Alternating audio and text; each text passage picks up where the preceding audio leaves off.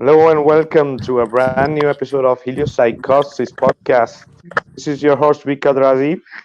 Welcome, guys. If you are listening us on YouTube, Vikka Draziv, Truth in Plain Sight, please leave your comments, like, share, and subscribe if you haven't. Today we have a special show that we are inviting anybody who wants to join the panel. And if you have something to add or say to the conversation, please leave it in the comments and we're going to try to get you on the show. And if you are listening to us from Flat Earth Research Network group, same there, welcome, guys. And if you want to join too, leave a comment. We're going to try to send you the link. And if you are listening us from HelioPsychosis podcast, from HelioPsychosis group, welcome, guys. And the same thing if you want to join. Also, if you're listening to on realtruthseekers.net, welcome, guys. And a couple of announcements I would like to make is that yesterday we released by Elvin Stations our Dutch subtitles, Flatten the Curve in Dutch subtitles, right, by Elvin Staging. And then we've got maybe tonight or tomorrow, we're going to be releasing it with Spanish subtitles by a channel called Noel Hecho Hombre Pro. It's a Spanish channel, and most probably tonight or tomorrow they're going to be releasing it with collaboration from Nur para Todos, which is run by Iru Landucci. And a big shout out to Iru Landucci as his birthday today. Feliz cumpleaños, hermano. So that's being said, we're gonna introduce our guests. My first guest is the co-host of this show. You all know him, Rob Taylor, the helicopter pilot, the engineer, the messenger of light. Rob, welcome. How are you? Yes, thank you, Vika. All the above. I will claim all the above. I'm a messenger of the Most High and the Son, His Son, Jesus Christ. Flat Earth leads to the truth of Jesus Christ. Thank you for having us, Vika. Thank you for putting all this together. And just so everybody knows, if there ever was a Flat Earth guru, Vikka Draziv is he. Vikka Draziv is the guru of Flat Earth. Thank you, and thank you for everybody else for joining today. Hi, Rob. Thank you, bro. And, We all are. and I We want to all are say, brothers. yeah, thank you, everybody. And I also want to welcome specifically Keith Cameron Smith. And just by way of introduction to everybody else, Keith is another flat Earth researcher himself. He does groups. He several broadcasting groups on social media. So Keith, I sent him, just so you know, I sent Keith the link and he joined. Thank you, Keith, for stepping up, and I can't wait to hear from you. Man, I'm glad to be here. Thank you. All right. Hey, welcome, Keith. I think we also know us from the chat, from the groups on Facebook. Yeah, I've seen him quite a while around, and every day, every time I'm seeing him getting more and more active, and we recently start talking too. So welcome, Keith, to the show. Glad to Thank have you, you. Vika. Thank you. Keith, estoy Kevin Bobbick, mucho gusto. Good to meet Great. you, my man. Yeah, it's great to be here with you guys. Yep, and we all know also Kevin Bobbick from his channel Kevin Bobbick. He's also known also for being a viral video when he was young that he flat smacked his own geography class or something like this, and one of his another Love it. feats. One of the Yeah. So welcome, Kevin. It's glad to have you, brother. Good. What did I do when I was young? I'm sorry. Sorry. He said you flat smacked your geography class. Thank you. And our other co-host, Jeannie. Jeannie, welcome. How are you, Jeannie? Thanks, brother. I'm doing great. It was a nice Sunday over here in New York. A little cold, little snow, but it was still beautiful. Great to have you, Excellent. Keith. Thanks for coming on, Keith. I've seen your name a lot, and very interested to see what we got going on today. Yeah, it's good to Kevin be and here. Rob, always thank you. And Kevin and Rob, great to see you guys as always. And thanks to the audience out there. Hopefully, we'll get some callers in from the audience and have some audience participation. This sounds like some fun. You guys got some great questions up there. We'd love to hear from you.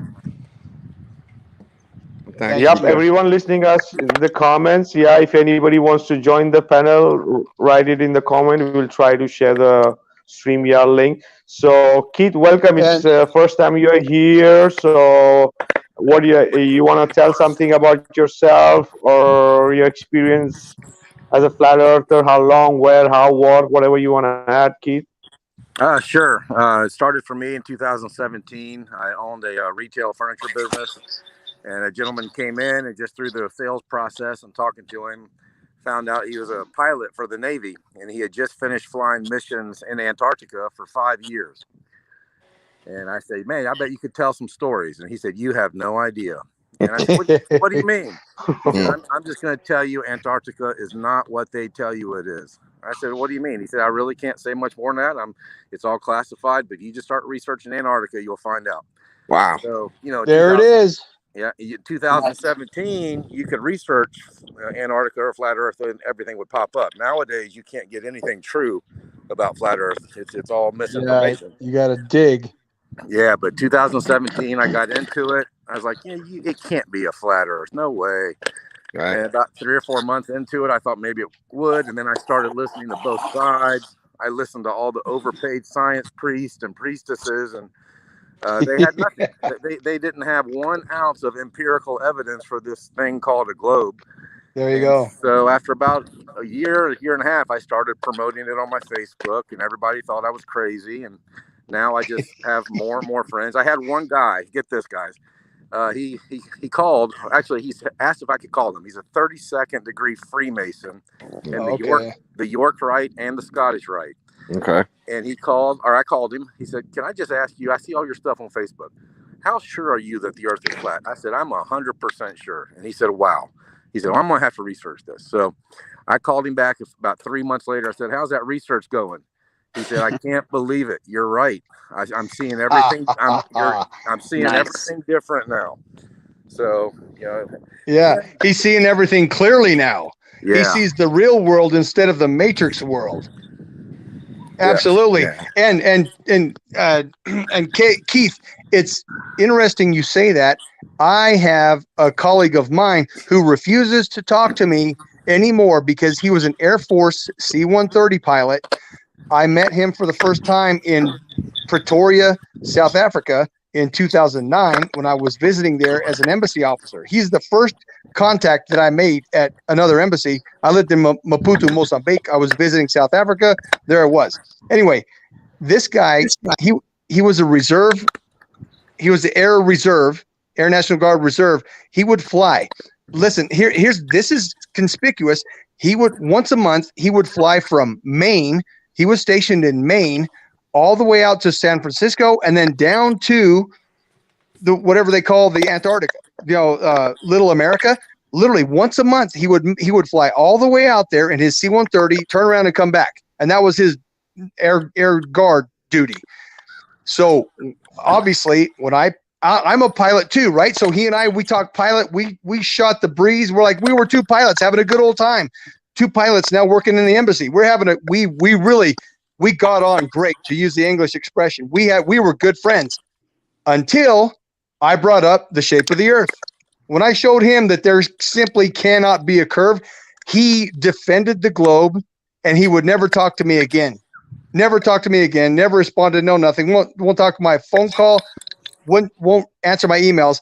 And here's why. Because of the same reason the Navy guy, Keith, the same reason the Navy guy said, I can't tell you much about it because they're under a huge security protocol. But he said, look into it. This guy, he didn't want me emailing him, everything else, because everybody's watching them. They are because Antarctica, the truth of it is so secret, they can't even talk about it.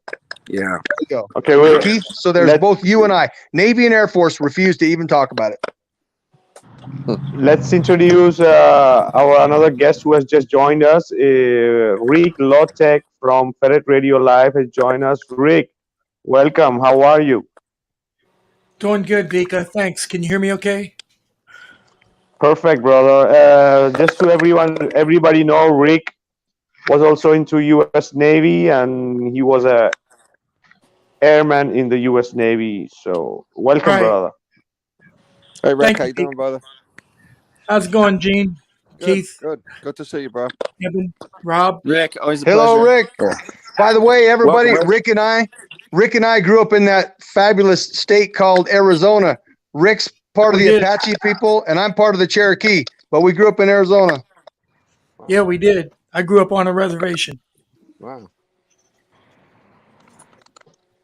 Excellent. So, Keith, so this friend of yours, he didn't give you any clue, anything like what is it about or what is it not or nothing. He just say he cannot say anything. That's all.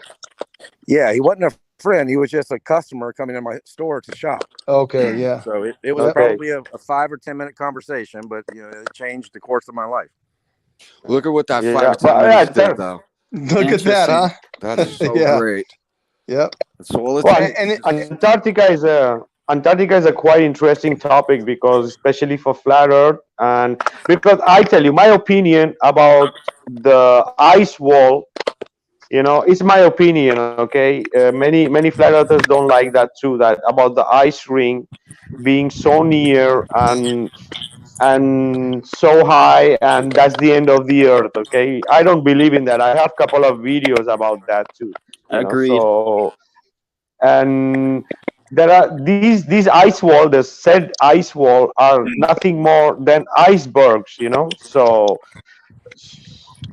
So it could be there is some That's part of south of Argentina where there are people still are allowed to go.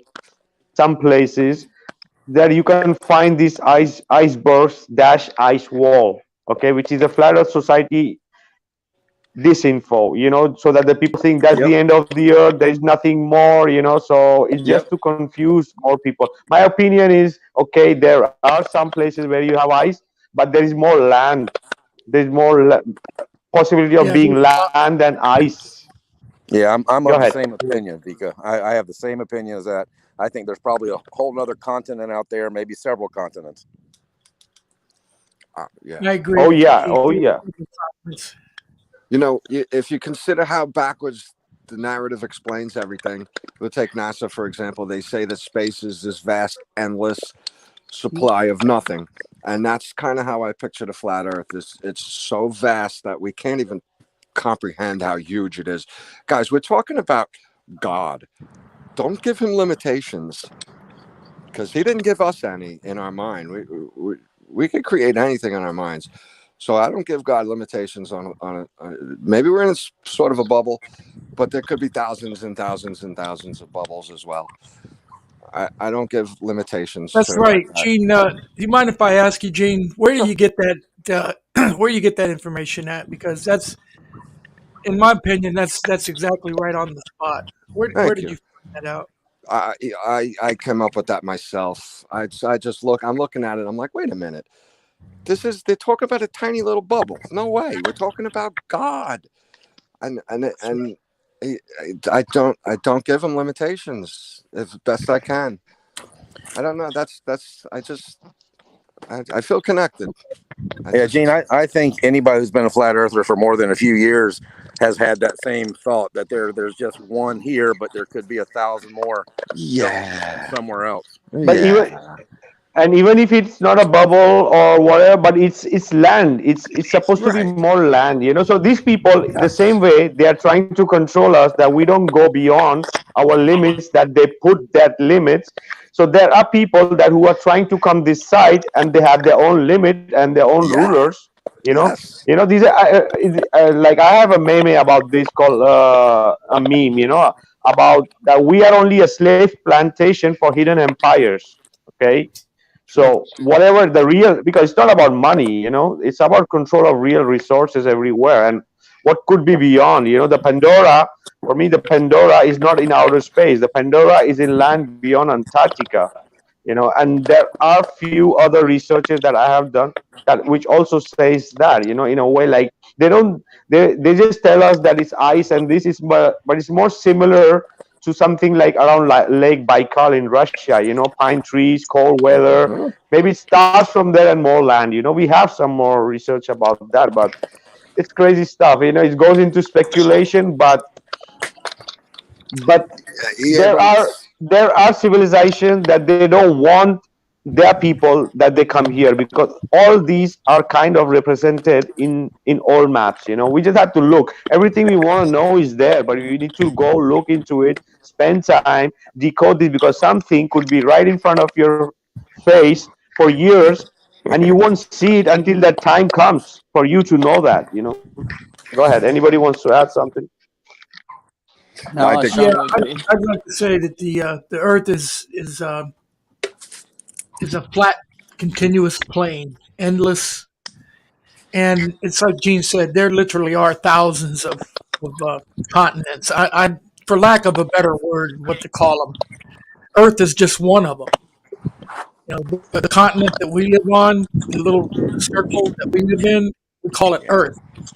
The others, right. they have different names. But one thing's for certain: we are the slave colony of all of, at least for a group of other continents. We're the slave colony.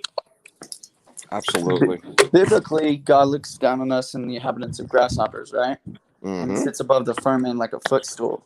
Mm-hmm. So I don't know if he has multiple footstools, but maybe he's making other realms like his No, furniture.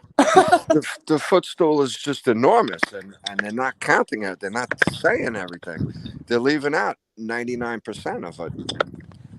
They're giving us little clues, tiny hints, and we need to expand on that because it's not true what we're being told. But there's little truths in there, mostly the lies. human mind the human mind cannot just make up things. There are many things they take reference from what is they put as fiction. So, Mm. and all this fiction they make up is not their real, how do you say, created by them. It's all has been, how you say, interpreted from the ancients and put into a modern way of sci-fi. So Right, to tell us the truth without us believing it, or sort of a truth. That's why I think a lot of the movies out there like may come from origins. You know what I mean? Of truth. That's what their job is. Hollywood is to deceive us with truths to lead us into the lies. That's how that goes, I think. So is music. You look at the album covers that have predictions on them from 20 years earlier. Yeah. It's just all over the place. And I showed my wife the Supertramp album cover, where it sort of, it doesn't really, but it sort of shows backwards predictions of the towers coming down. Breakfast in America, it's called, and to me, it's like right in my face. And I show my wife, she's like, "Yeah, right." And I'm like, "But, Oh, I never thought of that one. Breakfast in America. oh, bro, I'll send you a meme to backstage later. It's so Yeah. compelling. It's like, wow, it's right in your face. It's right there. You can't deny. You can deny it. Go ahead. I'm not though. I see that. I don't need any help with that one. It's right there.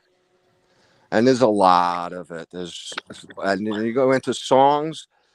The whole album has, every song has a little clip of something in it, and it's just very strange, and it's real easy to overlook. We all did it. We all, almost all of us, I guess, overlooked all this stuff.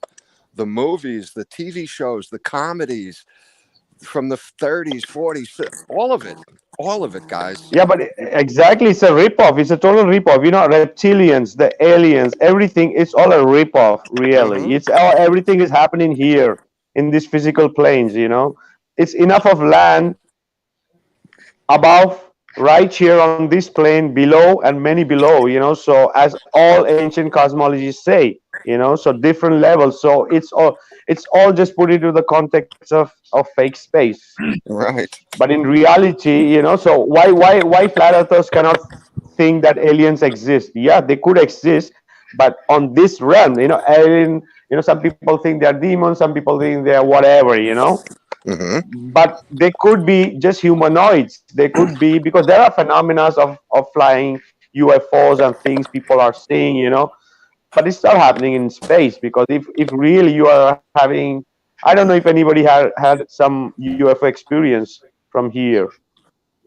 I I saw just think. something Go ahead. once. Yeah, Maybe, who's going first? Go ahead, Jeannie. well, I'll go quick. It was in 1988 or so. I was upstate, hanging out with my uncle, building houses, watching the stars. We did it all the time, and then we saw a star traverse. If you take your fingers, stretch it out, and point to all the way to the left. This thing flew in about 7 seconds all the way across the sky, and so your arm goes all the way left to right, and then it made a right angle turn and did the same thing for about another 7 seconds. It was something very strange, and then it just disappeared, and that was it. But how close are you speaking, or how far? What's the distance more or less are you It, speaking about? it, it looked like a star. It looked like a dot. Okay, That's cool. all. So Okay. You know what? There are actually two kinds of aliens, basically, or UFOs. There are those that are really generally physically there. They're a ship, and then there are those that are a manifestation, something that's put up by a demon.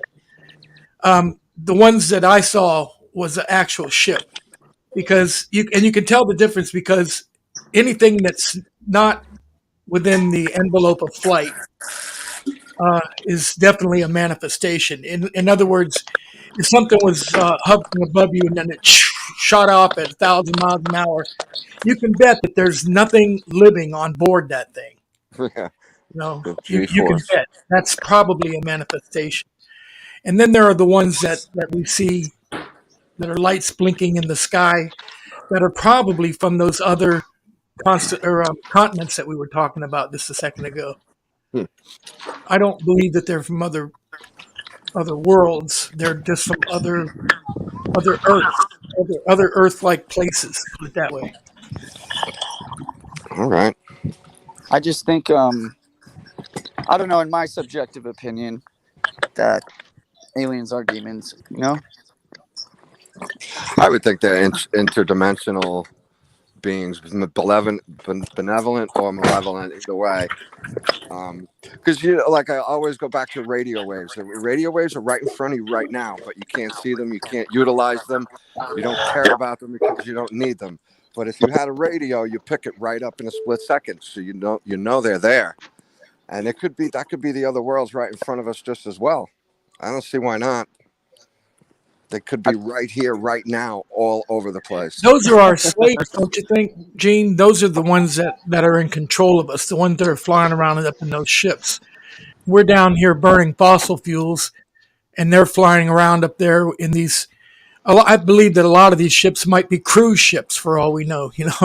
Hmm. Vacation type things. Could be. Where the elite are just cruising around on them, looking down on us, laughing at us, That's because what they they are. they seem to show up in places like Gulf Breeze, Florida, and wherever there's an atomic bomb blast or something like that, or Right. yeah, They they are. They seem to are. show up on over top of nuclear bases bases with aircraft that have nuclear weapons and that type of thing. So Hmm. it seems to me That like is they're tour interesting. packages that these elite from other places are coming to us on Ah. tour Or they packages, could right? be just the other humanoids from other side. They won't be. They couldn't be just elite. They could be elite, but they could be just like humanoids from the other side. Correct me if I'm wrong. We don't know that. It was the year 1947. I think the UFO phenomenon started, right? Oh, Roswell, right? Yeah. Right And then around that was there. the same year that what's his name? Alexander Crowley manifested that gray. And I think that's the same year the Dead Sea Scrolls were found as well. Uh-huh. And See, also was something with Israel was founded or something also, if I'm not wrong, around that. and also right at the end of World War II, the Antarctica Treaty. A lot of stuff happened right around those years in that time. So yeah, go ahead, Kevin. Tell us your experience. You want to share if you had any experience, or what is your view about that? So I think they're in another realm, like you said.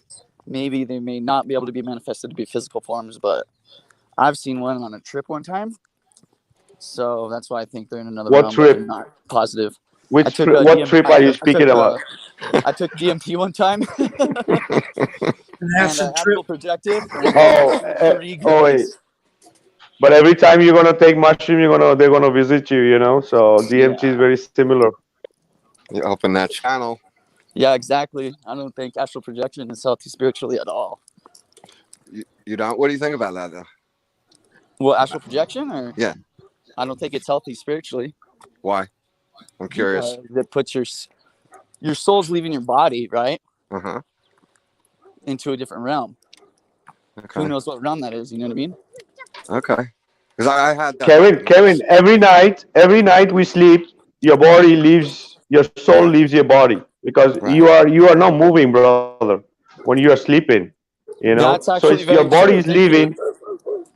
Yeah. So Dream world. every yeah. So what happens? Okay, I don't know if you wanna should go into topic, but now that we started, so we're gonna speak about it. So um, this right. So out of body experience we do every day. It happens every day in our life. So it's nothing. You cannot really control your soul or your spirit. Once it's out of your body. In a way, it's just an experience of human. When we sleep we have that experience. So what happens during this psychedelic experience is that your body is really having lucid dreaming. So you are seeing actually in these experiences, instead of sleeping, you are seeing what your spirit or or your soul is experiencing in that moments, that outer body experience, because your soul is supposed to be the part of the great spirit, the creator. So it goes every time where it knows and where it could. That's my view about out of body experience. And I think the meditation, the monks in the mountains and all the spiritual seekers, what they are seeking is out of body experience, because they know that what you are in this moment is just your body is eternal, is how you say, for time, but your spirit and your soul is eternal. So Yeah.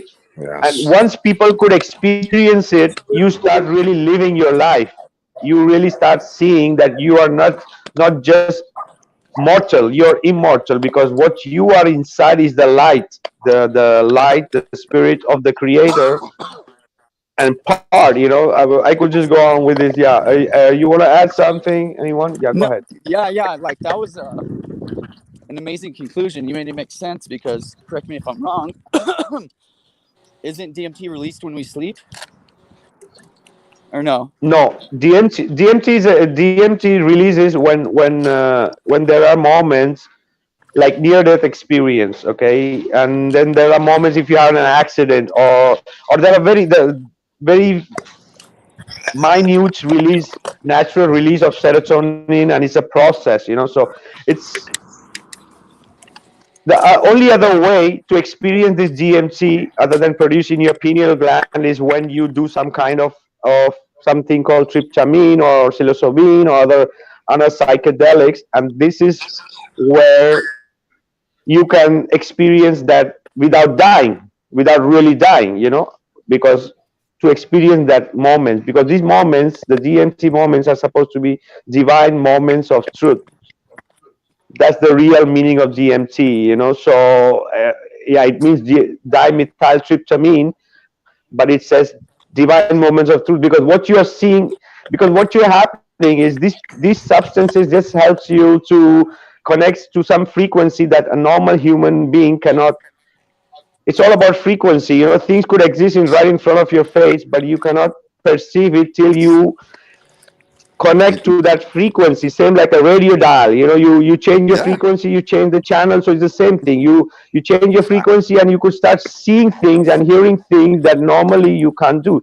So these kind of substances help for many. This is not new. It's been used in different cultures, in all different cultures, in all different forms. The main point is to attain that connection with the creator, because it's just a different way of seeing it. It's nothing. There is no negative, because it's a tool created by the creator, and it's there for a reason. Everything is there for a reason. Okay, it's not man-made. These things are not man-made. These things are natural. And if it's natural, it's there for a being, because there are people who are not just enough with life 5 to 9 and family and this and that. There are people who want to know more. There are people, there are culture, there are many different things that they want to know more about life than just live and survive.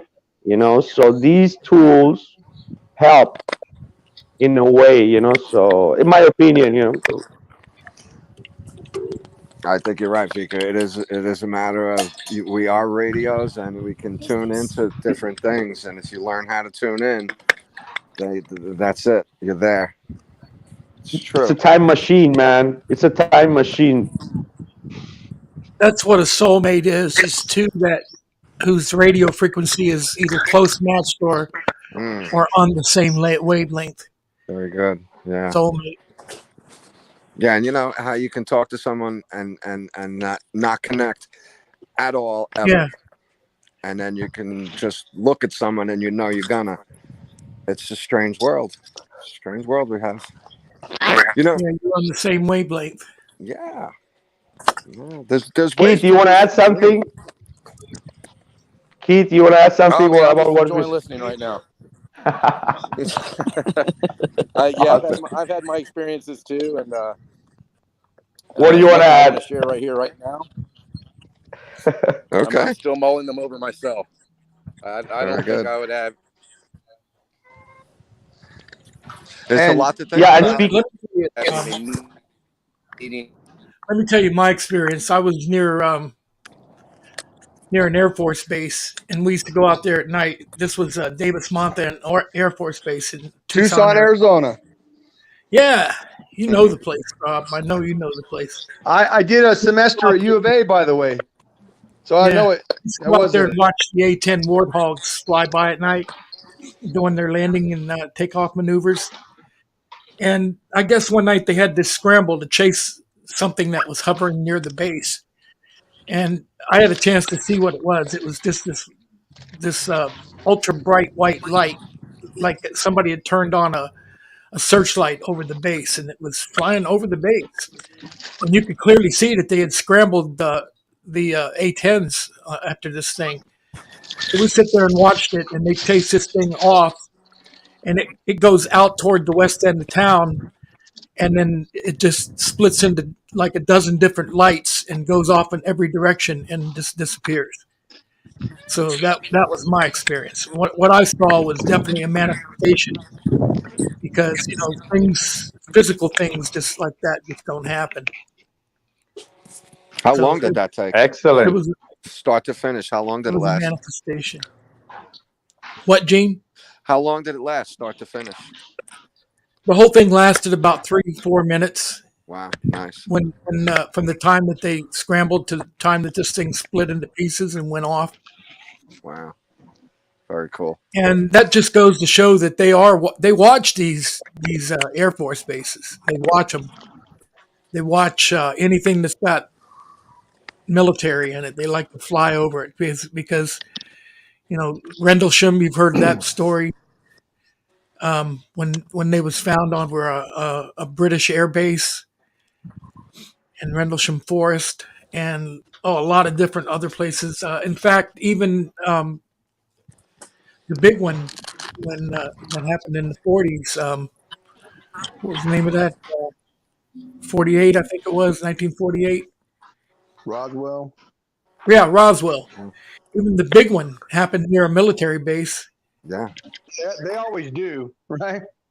Yeah, they So happened near you military. wonder if it is military then sometimes, or like you said, Rob.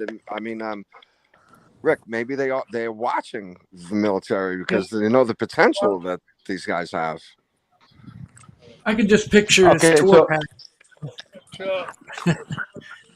I would also want to say my experience about the UFO, but I want that Rob go ahead first. If you had any experience or your views about all these crafts and whatever, what do you think? And just before you go, Rob, I just want to say hello to the people in the chat. It's Dr. Frankenstein. Welcome, brother. Now you have the ranch. My brother. Carl Fletcher, excellent, brother. Always nice to see you. Elvin Galt from Holland, another brother.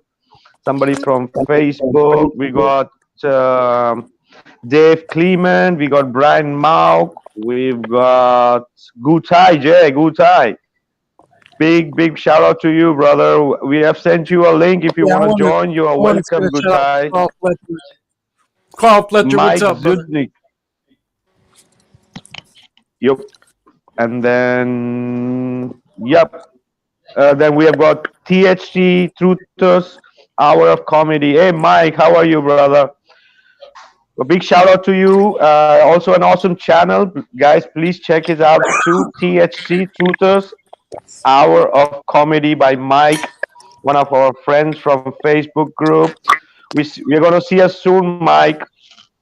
And then who else we got? We got Fisherman in a Box. Hey, Lon, nice to see you. If you want to join too, you're welcome. And then we also got Cindy.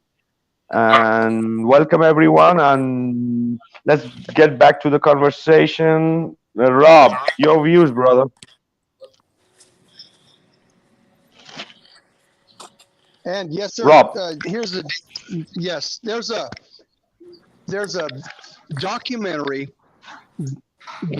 conducted recently about not Los Alamos at Albuquerque. It was about a Air Force base further north in New Mexico. Kirtland? It talks might have been Kirtland. It's New Mexico, but north of there. I'm looking for it. I can't remember the actual name on it, but it starts with an M. The M something. It talks about how all of these sightings, they're a lot. Well, a lot of them. Okay, we all know that there's TR3B, and there's the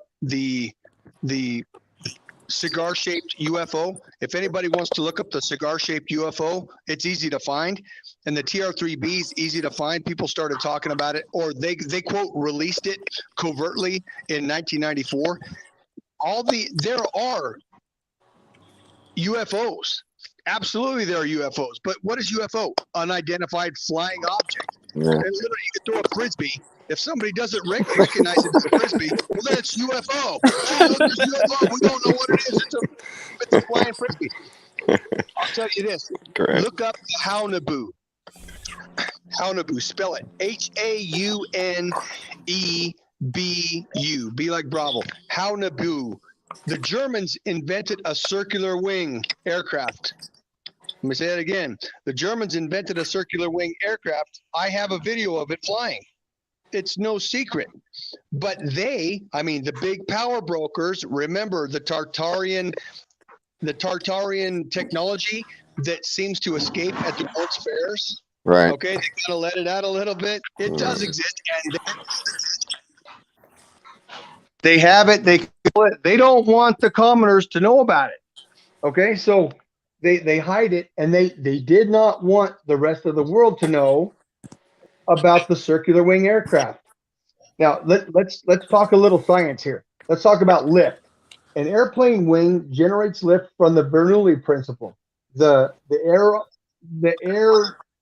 that travels over the wing and on the curved portion of the wing has to travel farther. So as the air travels up, it literally pulls the wing up with it.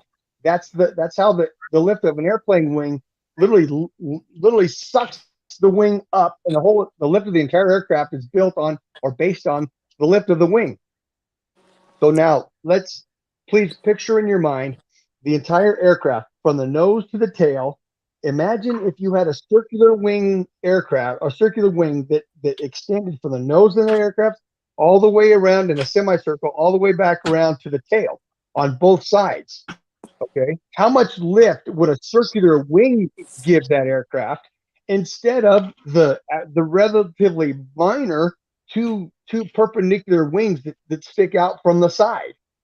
Okay, we can say this, that the wings, the wings of the aircraft, of an airplane as we know it today, they probably give us 10% or Mm. less, no more than 10% of the full circle of the aircraft. Now we can imagine, what if we had 90% more wing space on our airplanes than we do right now? How much more safe and how much of a more stable flight platform would that give our airplanes? Absolutely more lift, absolutely, and they would be that much more efficient. Talking about fuel burn and fuel consumption, well, gee, if you've got 90% more wing space, you've got that much more lift to keep the aircraft in the air. You use And that with much less fuel. that much less fuel, and the aircraft is much more stable operation. The Germans, however, and I've studied this. There's a book written by astronauts, NASA astronauts, NAUT, which is much like NAUGHT, which means not astro Not. star nothing. That's what their name is. Star nothing. Astronaut. Wow. That's That's really what it means. great. Okay, you with me here? Not. There you go. And they Right? left Not. what letter did they leave out? The G, right? Yeah, and GH. They left out the And G and the the H. H, right? Okay. Not means not, nothing. There you go. So exactly, So, right? so Rob, so in all your military career, you never heard any of your colleagues or you yourself or anything related to this? Nothing, no experience of anything like that in your whole career, even a word Well, you mean about about other aircraft that are flying about, around, yeah. people having to and investigate? No, never one word about it. Everybody hears the mythology and the stories, but nothing serious, nothing professional, nothing official. No, nothing official ever. Correct. Wow. So I was before, just before I got into flat Earth, I was a couple of years investigating UFOs. So from Roswell to everything, every information out there was I was investigating, and even in different countries. And I was more especially I was studying cases in Spain. Okay, so there were some really interesting cases here, and very famous writers like JJ Benito is very famous in Spain. There's another host who do a mystery kind of show, and was also into, so it was a big thing here. And most of the thing that I was investigating ended up into army and military sightings and testimonies and things like you couldn't even imagine, some crafts zipping by a fighter jets, and people like just like blowing up the balls, and and things like a real apparition of UFOs, and following a particular guy, and many things. So my own experience, okay, here in Spain, maybe in 2016. So I had few experiences in different places in the world with this, like seeing things. The more near thing I saw was like 100 meter, something like a 100 meter, and will like zip by like something like a cigar shape, fluorescent green. And the best part was somebody else saw from the other side. So I had few experience like this. I don't really discard the whole theme of UFOs because I have seen crazy stuff, like being normal, and as Kevin says, in another stage, because these things only manifest if you really believe in them. It's all about, as we also say that, so my okay, to put it in short, my whole investigation was always narrowing down to humanoids. In the end, most of them were humanoids. Okay, so there could be mutations living beyond these lands, but most could be humanoids. It's my take on that. I don't totally discard, because there are species living below.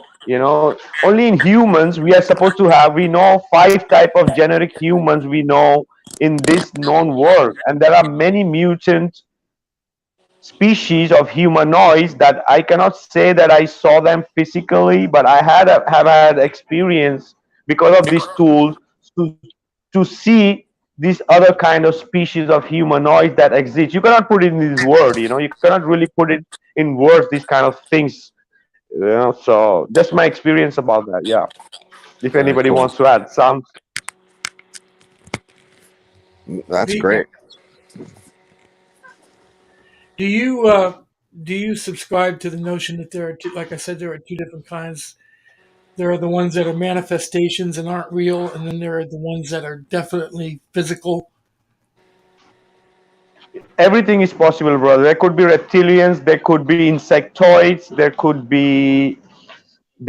be any variation, because everything is possible. So there are all I'm saying of my experience, because it's not only of imagining things. There are things that you could only experience through this kind of trip, in a way you could say. And Like all your what you experience physically, there are many variations. They speak about the grays being biological.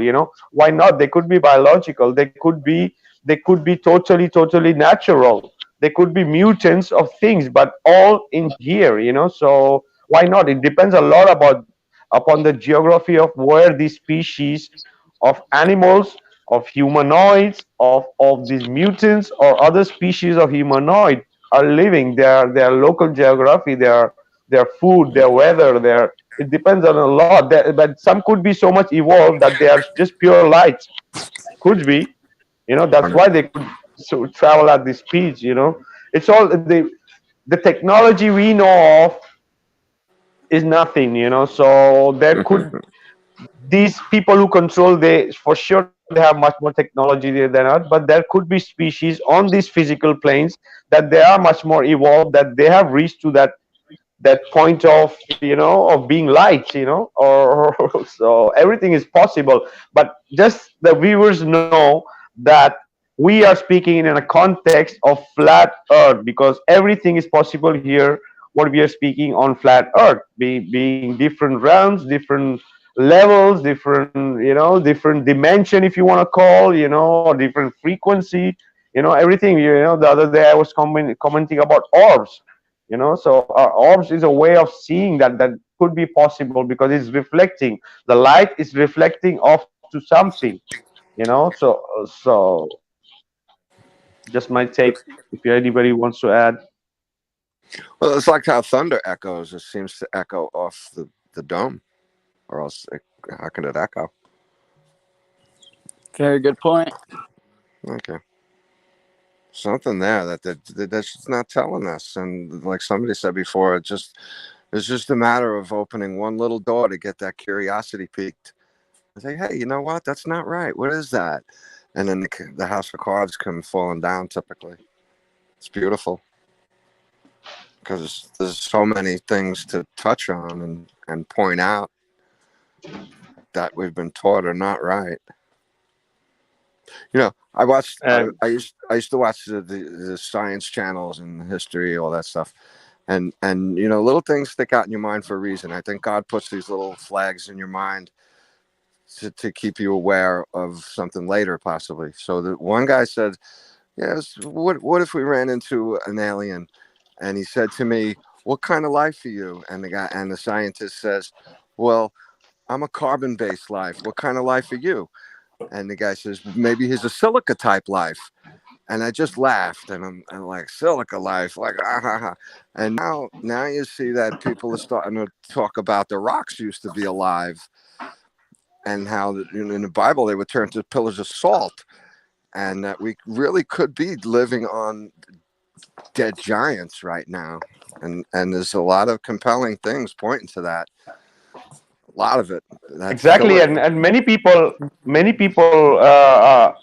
speak about the experience when they feel comfortable to speak to other person, because there are few comments in the chat, like Dr. Frankenstein says, I seen a stealthy looking triangle up close. The light was so bright you couldn't see past the light until it made a banking maneuver. I Mm. believe it spins like a fidget spinner and disappeared. And then we got It's who else we've got? Say Zeus Scott. Hey, Amo, how are you, brother? Extra terrain. Knowledge is infinite. Mm, Exactly, brother. And very good. Tindy Holland says, I've seen a lot of unexplained sighting in the sky. I believe the government wants people to believe it's alien from outer space. I know the government has many, many experimental craft. Some Mm, are unnamed. Exactly, exactly. They want to you're confuse right. people that these things are coming out from out of space. But no, these things could be happening right here on our plane. And Yeah, then big we've got distraction. Carl Fletcher's. Exactly. Gutai says, up in the mountains, we see orbs. Exactly. When you are in some nature place, this is where you see the magic. You're gonna see in the middle of a city. Those are really CGI for sure. Yeah, that's And then because our who else blue is beam. there? Right. Mm. And here's a Carl Fletcher. While working nearly year 12, there was a three spear I saw, and within 15 minutes, the helicopter came chasing them down. Yeah, man, there's some crazy things, observations all around the world. Because if you really go out in the nature, and if you really look, and if you see things, crazy things, floating. The flying technology is much beyond that we can really understand. So Don't give God limitations, guys. Right. He didn't give us limitations. Amen. The feds did that. School did that. Rockefeller indoctrination system did that. When we were kids, my mom died when I was about 5, and for a while I said that's okay. If I go back to that spot, it will be the exact same spot where it happened, and I can go there and kind of reminisce or whatever. And then I got to school and I was like, wait a minute, we're on a spinning ball. That's not going to be the same place. What? And it freaked me out. Like I was kind of like very disappointed in that thought. But the reason why I bring it up is because I instinctively knew that place is not going to move. That place will be the same place it always was, and it always will be there, right in the same place. We're not flying around anywhere. So kids know. exactly, and I don't. And exactly, and I don't think all the people around the comments I just read, and all our experience of few people we commented here, we are not hallucinating. We all are hallucinating. No, Yeah, I right. don't Different think times so. about the same stuff. Yeah, so there have to be some phenomena going on with that.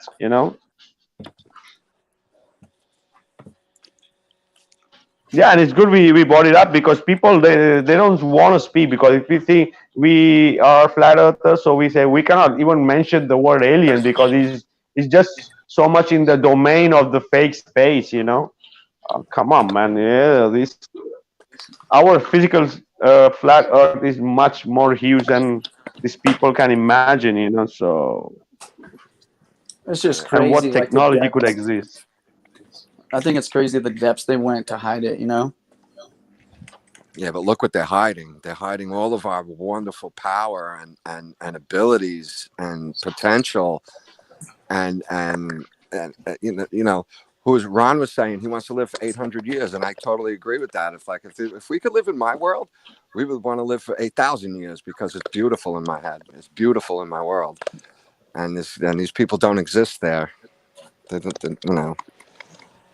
And that's what they're doing. They're chipping away at all of the great stuff that we really have, and probably even used to have at one time, like the Tartarians had. I think it's awesome we're the ones who get to pull down the house of cards, though, right? Oh yeah, this is fun. I hope it works.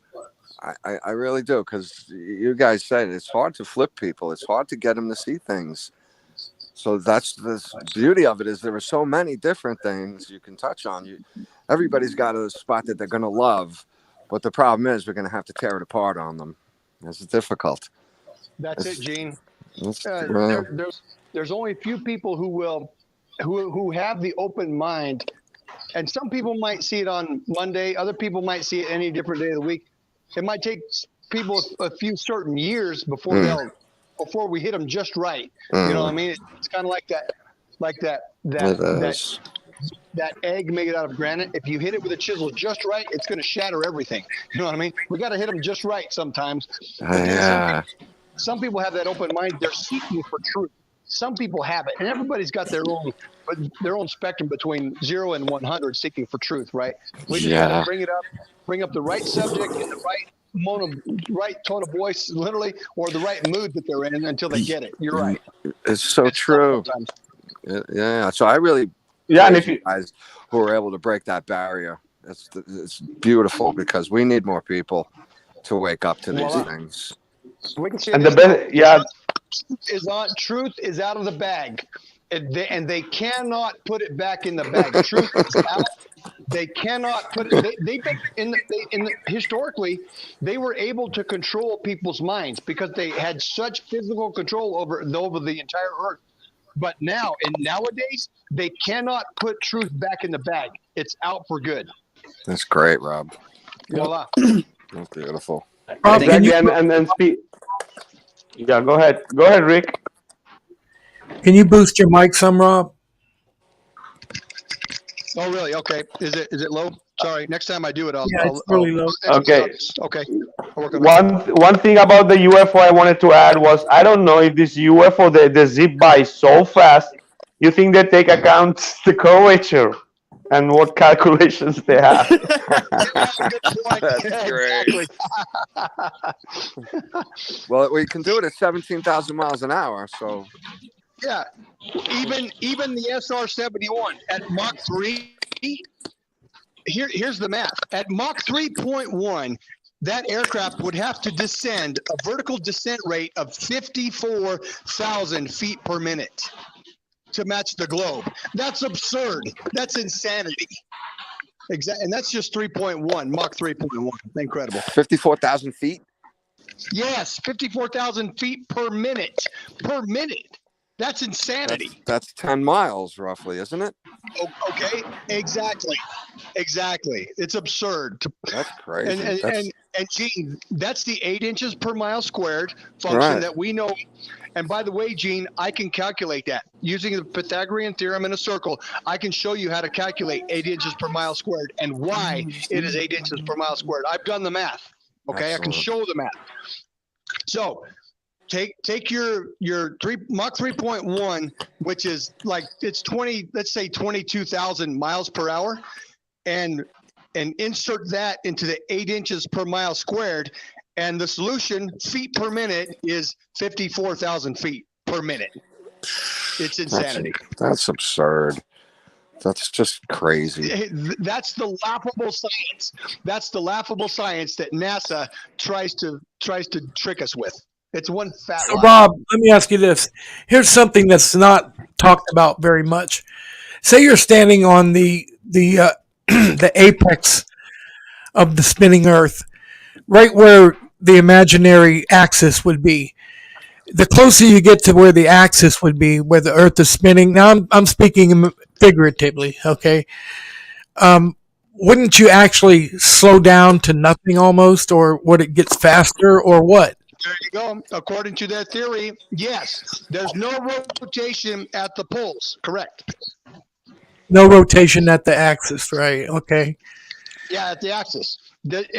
Are you getting that?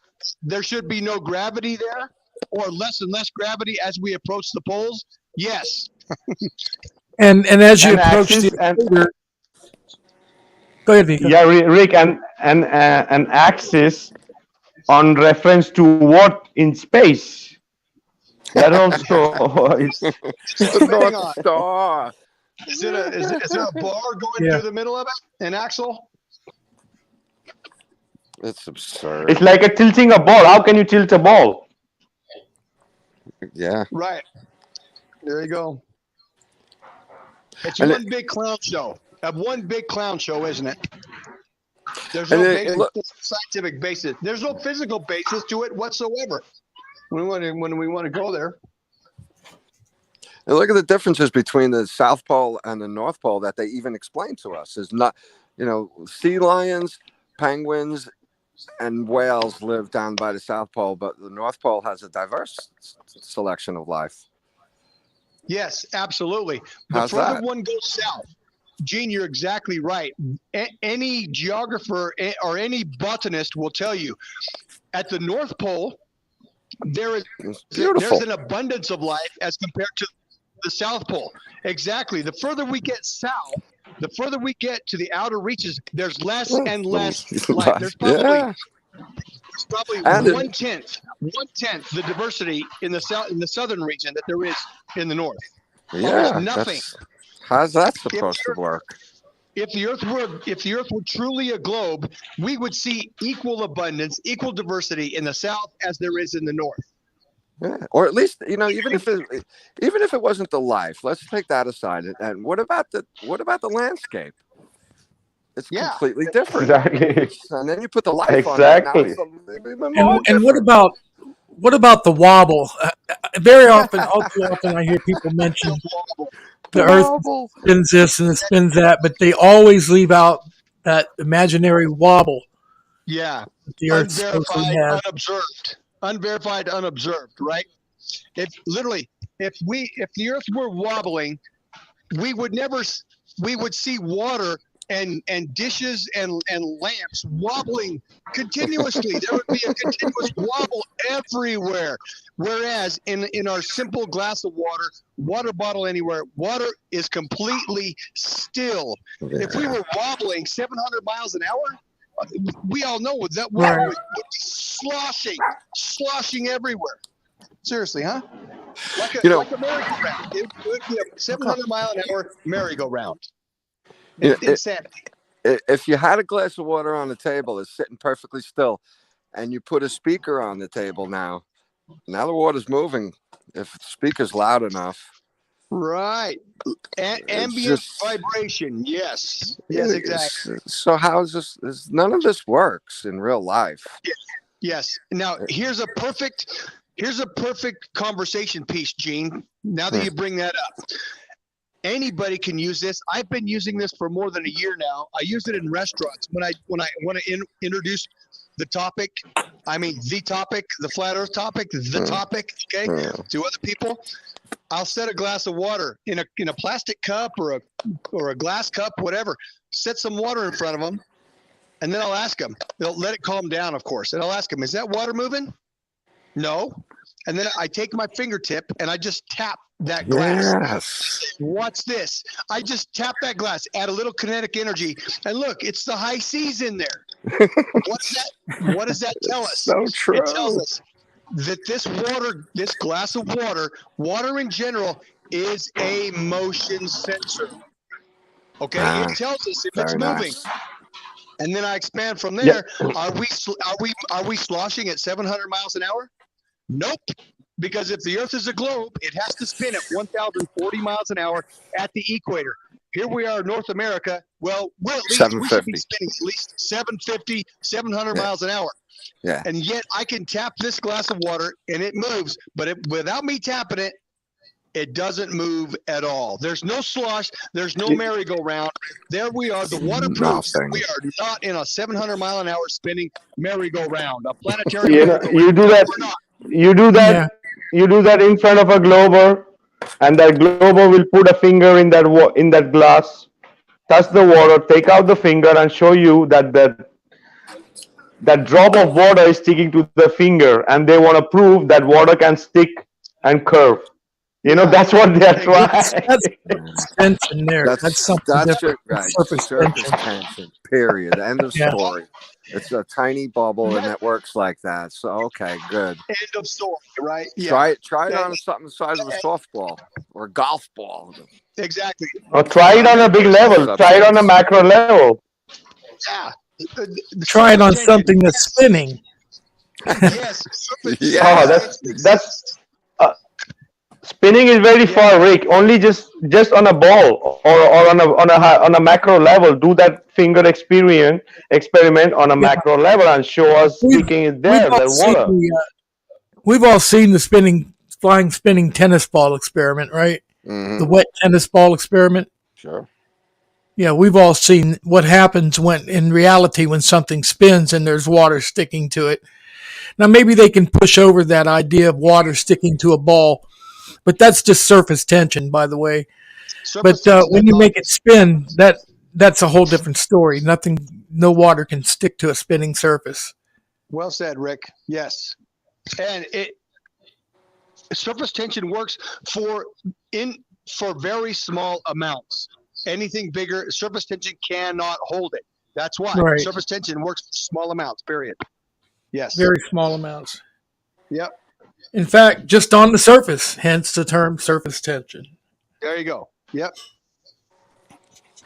But Exactly. I get Also on the spider web, even on the spider web in the morning, if you see if it's the dew and it's not, Mhm. it's just very very micro on micro level. It's not even possible. Here's one of the comment from somebody from Facebook says, "Why doesn't the moon pull water in the swimming pool, lake, or dams like it does with the ocean? Simply does have a gravitational pull."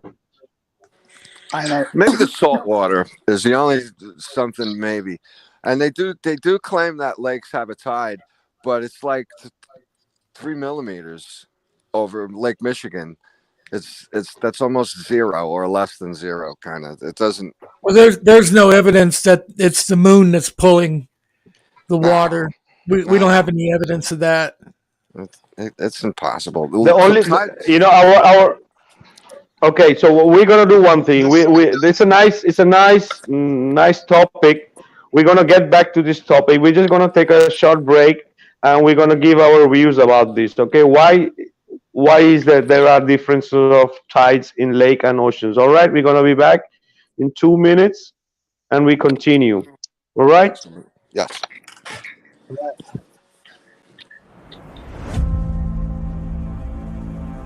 There is nothing you cannot be, there's nothing you cannot do, there's nothing you cannot have.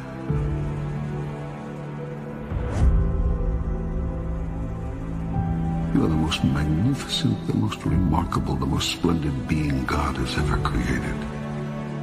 Who could reject such wondrous magnificence? But you do not know who you are. And you think you are a great deal less. I tell you this, you are your own rule maker. You set the guidelines. And you decide how well you have done, how well you are doing. For you are the one who's decided who and what you really are, and who you want to be. The process of creation starts with thought, an idea, conception, visualization. Everything you see was once someone's idea. Nothing exists in your world that did not first exist as pure thought. Next comes the word. Everything you say is a thought expressed. It is creative and sends forth creative energy into the universe. Next comes action. Actions are words moving. Words are thoughts expressed. Thoughts are ideas formed. Go first to your highest thought about yourself. Imagine the you that you would be if you lived that thought every day. Imagine what you would think, do, and say, and how you would respond to what others do and say. This whole process is a massive move to consciousness. What you will find out if you undertake this challenge is that you've spent half your life unconscious. That is to say, unaware on a conscious level of what you are choosing in the way of thoughts, words, and deeds until you experience the aftermath of them. Then when you experience these results, you deny that your thoughts, words, and deeds had anything to do with them. I want to remind you to continue to dream and dream big.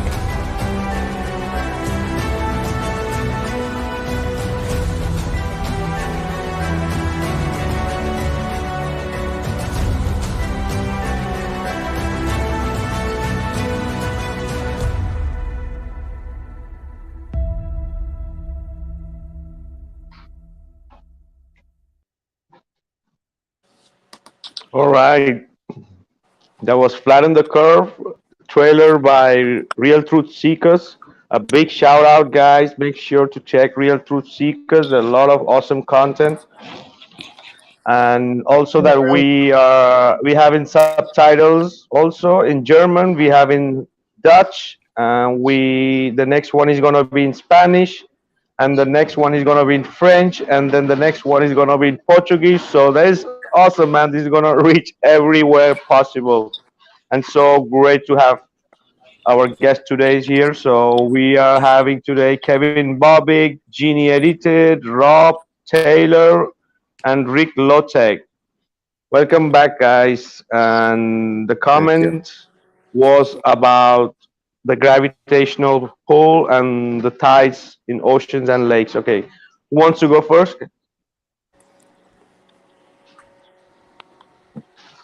I can. Rob. Yep. Kevin. So I've done an experiment before to where you fill up 2 glasses of water, right? And then you get an ionized salt and then regular salt and then have an egg in it. And the egg will float in the ionization of the salt water. Density makes it more dense. But I used unionized, I used unionized salt and it just sunk. But the ionized, salt water, which has electricity in it, it's made ionization. it float. That's why the Great Lakes aren't affected by tides, but every ocean is. Explain what exactly most of us have seen that experiment, but explain what are the physics of that? What's going on inside of there? There's electricity in ionized water. So then is gravity electric then? In one way, shape, or form. Okay, the egg. We know it's density. The egg. Of a certain object. Yeah, there's In only the fresh water. In the sweet water, the egg depends how expired it is or not. It floats or it sinks. Right. Okay, that's in drinking water. So I don't know what's functioning there with the ionized water or salt water. So go ahead. What's it good? Okay, so that's there electricity. Let's remember, everything is based on electricity. The sun and the moon are they're electromagnetic. So Kevin's bringing up an observation that ionized water, the egg will not float. It will sink in ionized water. Absolutely. There's actually opposite. Okay, say it again. The egg floats. The egg floats in ionized water. Okay, there you go. The egg floats. Exactly. Yeah. But the unionized water has it sink due to density. But what's bringing it up is the electricity. But you've changed. You've made something change. The egg is more buoyant. The electricity adds a static electricity charge in there, so it supports the egg. The egg is more buoyant in the ionized water. It makes complete sense. There's more electricity in that water. There you go. It performs a static electricity field that holds the egg. There you go. Simple and I've done it observable, repeatable, testable with ionized salt and unionized salt. Yeah. But with ionization gives you electricity. Awesome. Yes. Awesome. And if you see an orange in a water, if it's peeled orange or a whole orange, it's going to float or sink. Why? Because there are air pockets between the skin and the orange. Okay, right. So I don't know if the experiment is done with an orange in this ionized water. Could be nice to see that.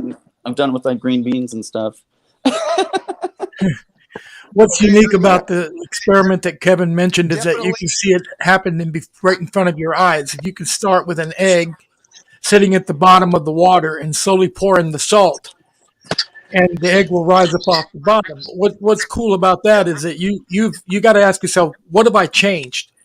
You've changed the density of the water, right? Yeah, isn't that right? You've changed the density. Not necessarily. You changed the gravitational pull or anything like that. Yes. But if you use the same amount of salt in each one, 2 different full glasses, one's ionized salt, the other one's just regular salt, right? Well, see, you've got 2 variables there now, Kevin. Right? You should add one more. Yeah, you should add one more. That's a natural water, like dirt or something. Right. I've done it, and I've obviously weighed it, so the volumes are all even. The only one that floats in is the ionized water. Right. Just like tides do with the moon. Yes. It's not just an egg, green beans. I've done it with like a carrot. There's a lot of Yeah, but argument. don't you think that if you're talking about electromagnetic energy making the egg rise here, that you're supporting the concept of gravity in a way? Well, There is not something happening necessarily, not similar like necessarily. that, Rick. It's only density buoyancy, and it has to do with electricity. We can counteract There you go. electricity. What we're showing that electricity can counteract the sinking effect of density. That's why That's every what we're anti-gravity device Yes. has to do with It's all- electromagnetic fields. Yes, It does, that's right. electromagnetism will prevent items from falling. But falling, we can observe the falling. Electromagnetism can impede the falling or stop it altogether, or even reverse the falling. But it's still heavier objects are going to fall. That's a fact of nature. Electromagnetism can stop it. How about that? Well, it's density molecule of a certain object and whatever medium it is surrounding. Exactly. But why does it drop? Why does it drop? Why does it drop down? Because the Earth it's more dense. is a huge electromagnetic field, right? That's right. But the firmament is the positive and Earth is the negative. That's why we ground. There we go. There we go. By the and way, I'm sorry, Gene, make your point. And I found the name of the documentary I want to share with everybody, and I put it on the chat. But I'll bring it up. Kevin, Gene, make your point, and then I'll bring up the documentary. Sure. I was just going to say that that's why they have us wearing sneakers. Rubber Soul by the Beatles. Whoa, yep. Yeah, because we really need that. It's really good for us to be electrically charged that way. It's a natural bare thing. Feet in the grass, bare feet in the rocks, right? Yeah, By the yeah. way, Okay, but can I add? Okay, go ahead about the documentary. I wanted to add about the tides. Yeah, go ahead. Yes. Yeah, there's a lot of research that show that the tides happen because of the sun circling overhead, the sun and moon, because it's all electromagnetic. There's a lot of videos about that. Very convincing as well. Okay, so back to aliens. I placed the name of this documentary in the chat so everybody can see it. The name of the documentary is Mirage Men. Again, Mirage Men. Look it up. You can watch it on YouTube. It's incredible. It shows that all the alien hoax, it's all been planted there by Operation Mockingbird and MK Ultra. Check it out. Knock your socks off. Absolutely powerful. It's called Mirage Men. I placed a link in the chat. Thank you. I'd like to see that. Okay, so Coolio. So I'm going to add my bit about the tides. So the question was why the lakes don't have tides and why the oceans and seas have tide. Okay, so the main difference is the salt water is diamagnetic. What it means that with the electromagnetic energy of the sun and the moon, that is negative and positive, it attracts and pulls. That's one of the reasons why tides is happening. Another reason for the magnetic field is the reason why everything rotates around the Earth. That's why we are the center of the Earth, because everything is rotating around that magnetic field or energy or whatever you want to call it, which is also affecting the tides, which is also affecting making storms, which is also affecting making flux and earthquakes. Everything is all electromagnetic, and so that's why there are tides. So there are points on Earth that are neutral, there are less tides.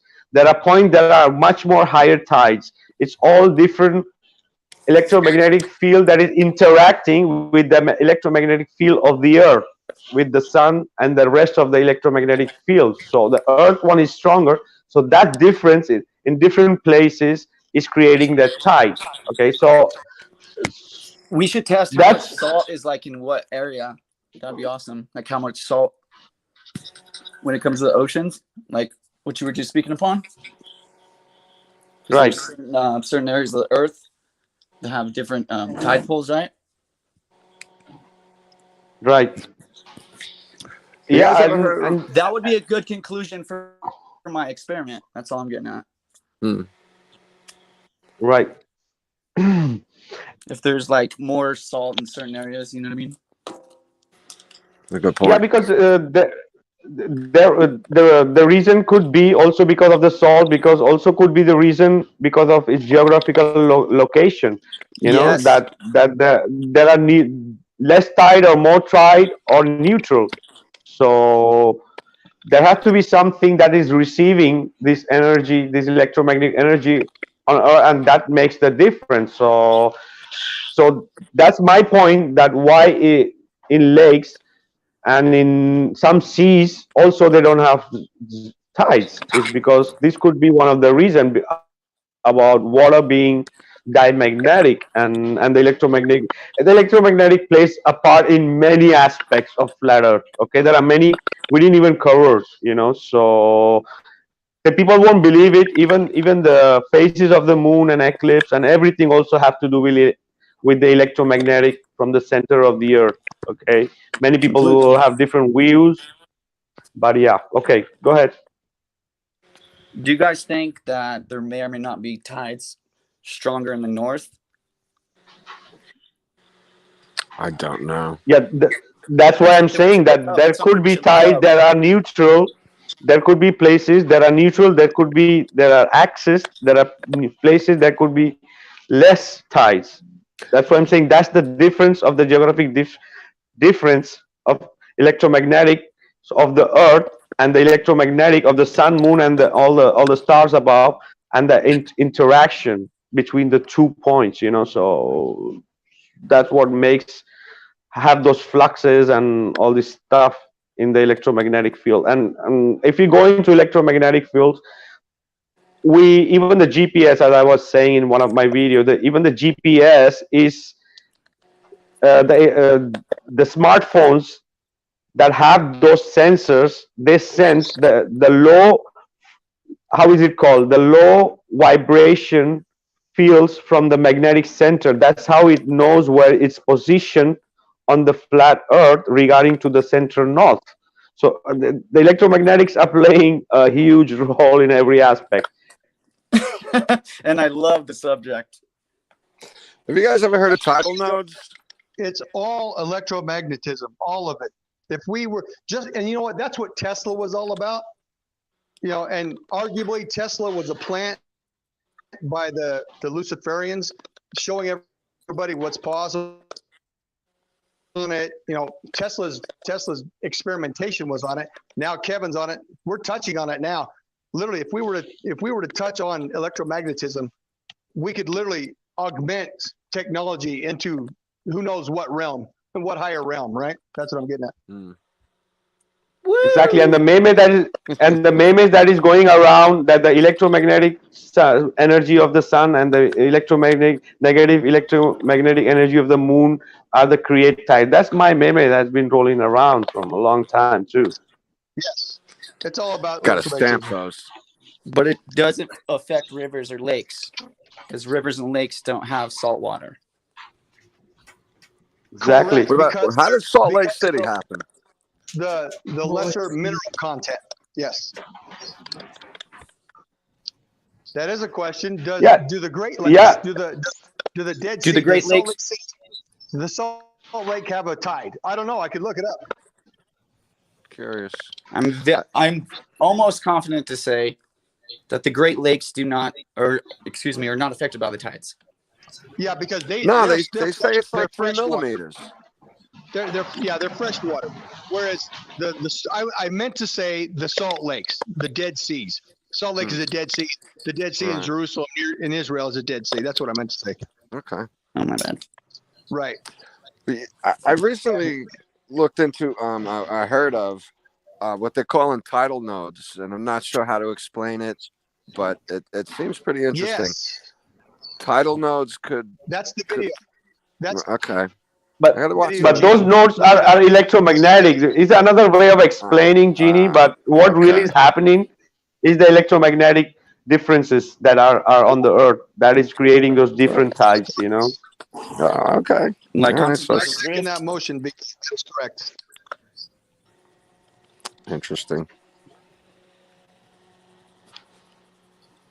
Yes. Yeah. Say Wesley Buckler says, "I'm sure the tides up in the north of Australia are very drastic, as in many feet not a few feet. I think they have boat tours on them. Yeah, yep. What? So the And there North are Pole some does have. islands. Go Go ahead. ahead, Kevin. No, you So go does ahead. that prove that the northern, I don't want to say hemisphere, the northern area of our realm, does it have a stronger tide pull from the moon? I don't know. I'm just asking questions. You know what I mean? I do Could not. be, could be, could be. It depends also on the position and uh, of the luminaries too. So, as I say, there are islands that they are very on the sea level, and they don't have tides. There, it's a sea ocean because it's just the geography and the electromagnetic part. That's why that island is surviving because the tides are not so high. This is a subject I love.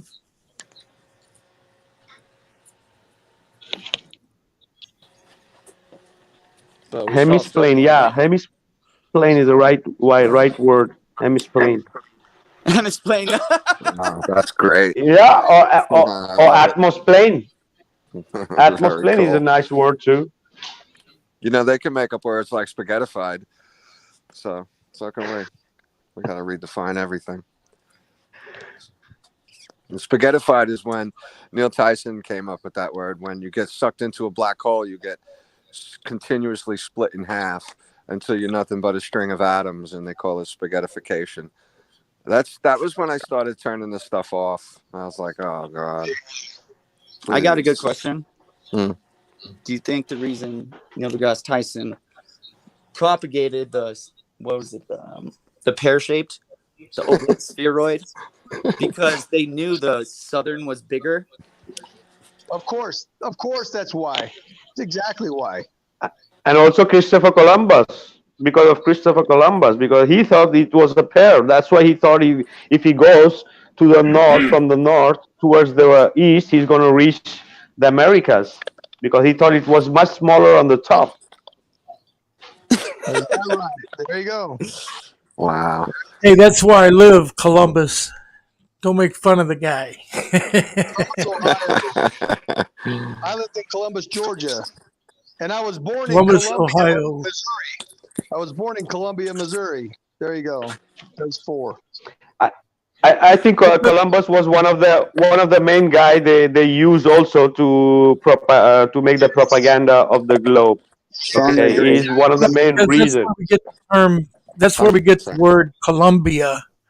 Yeah. I think is from Columbus, and Yes. everybody knows what Columbia is. That's the controlling party of the North American Union, formerly known as the United States.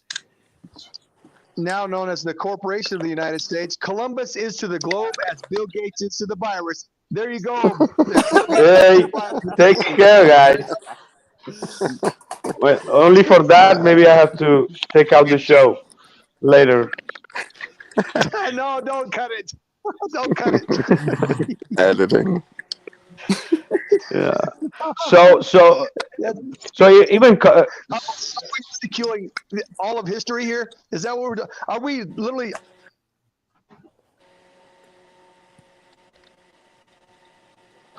go ahead, Rob. I think we just lost. Are you there? Yep. Sorry. Here I am back. All right. Oh, Okay. my question is this: Are we therefore systematically dismantling all of university history? Sure seems like it. I hope so.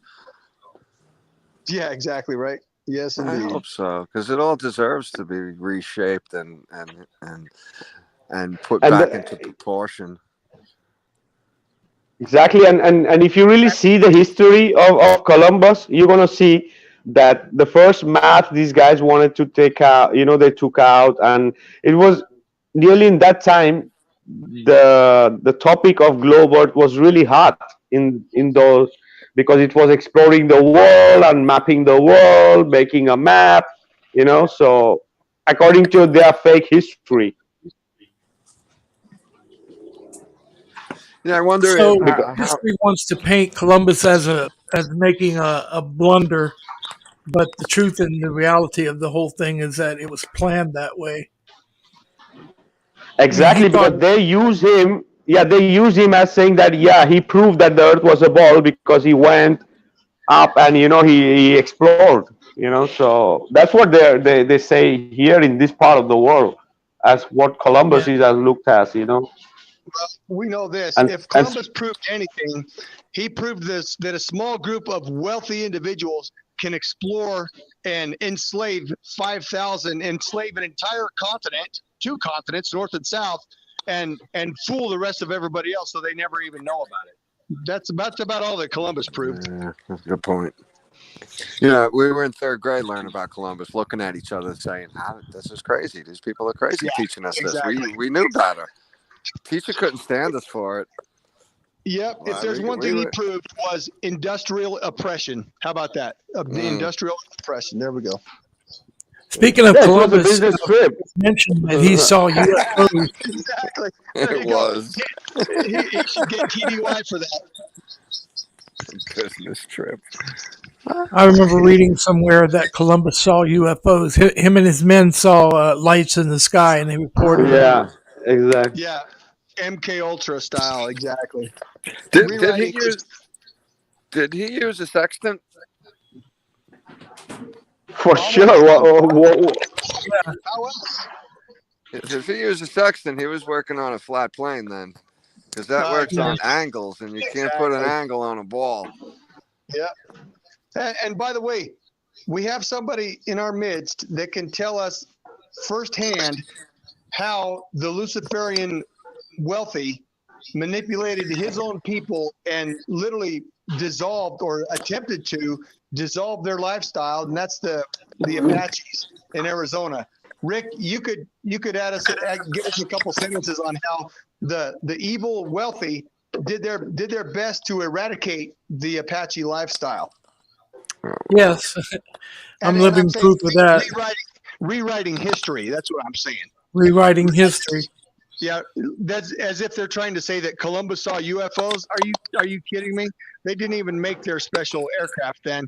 But Rick could tell us how they tried to more or less eradicate the Apache lifestyle. Yeah, they tried. They sent our young off to schools to teach them how to speak English and forget our own native language, and all in an attempt to make us forget who we were and Right. install something entirely new into our minds. Tell them about your grandfather. He had to live apart from his family. Yeah, they took him away as a boy, my grandfather, and they took him off the reservation and they sent him away to a school in the east, where they taught him the English language, and they sent him basically to a university. Oh, there we go. University. When we Yeah, like Zeus Scott just said, universities equals brainwashed. How true. Because that's what they did to my grandfather. They brainwashed him. There you go. Oh, yeah. By the way, And, I studied at a Sorry. Jesuit university called West Point Military Academy. Imagine that. Got it? Jesuit trained Army officer I was. Now, I'm just going to give everybody a drill. In your mind, imagine the word Luciferian and then write the word university underneath it. They have almost the same letters. Same grammar, same phonics. University Luciferian. See what I mean there? Voila. There you go. Yep. Right. What I wanted to add about Christopher Columbus, that he was really lost in Atlantic for a long time after that also, and watched seeing aliens, and yeah, they make up so much of crap also, for their story, and he being pushed also in the States, having a holiday and all this stuff. So here also is so much disinfo about him, and so I think the best part is that it was in the same time when they were trying to push the globe, so that's the interesting part, and luckily I found some maps some maps relating to these people, and being here in Spain, and how the cartographers he had, and how they were mapping the place, and it's a flat map. It's a flat map, man. It's yes, exactly. There's no doubt that our history has been rewritten, and my people prove that history has been rewritten completely down the line. We're at the point like it was at the beginning of the movie The Matrix, the original Matrix, when Neo was told that we don't really know where the time is, or what it is, or how long ago this happened. We're not really sure because we don't know. Yeah. Our whole history has been rewritten. Well, how about without the Bible, we don't know, but with the Bible, with the Holy Scripture, we That's know right. exactly what's going on. There you go. That's right. With the So Holy Scripture. is there any reason to? Is there what, Gene? Is there any reason really did add 1,000 years to the timeline now? That we're really in the year 20. What is it? 2022. We're in 1022, and they added 1,000 years to give Rome the strength that they did throughout. Rome lasted for how long? 800 years or something like that.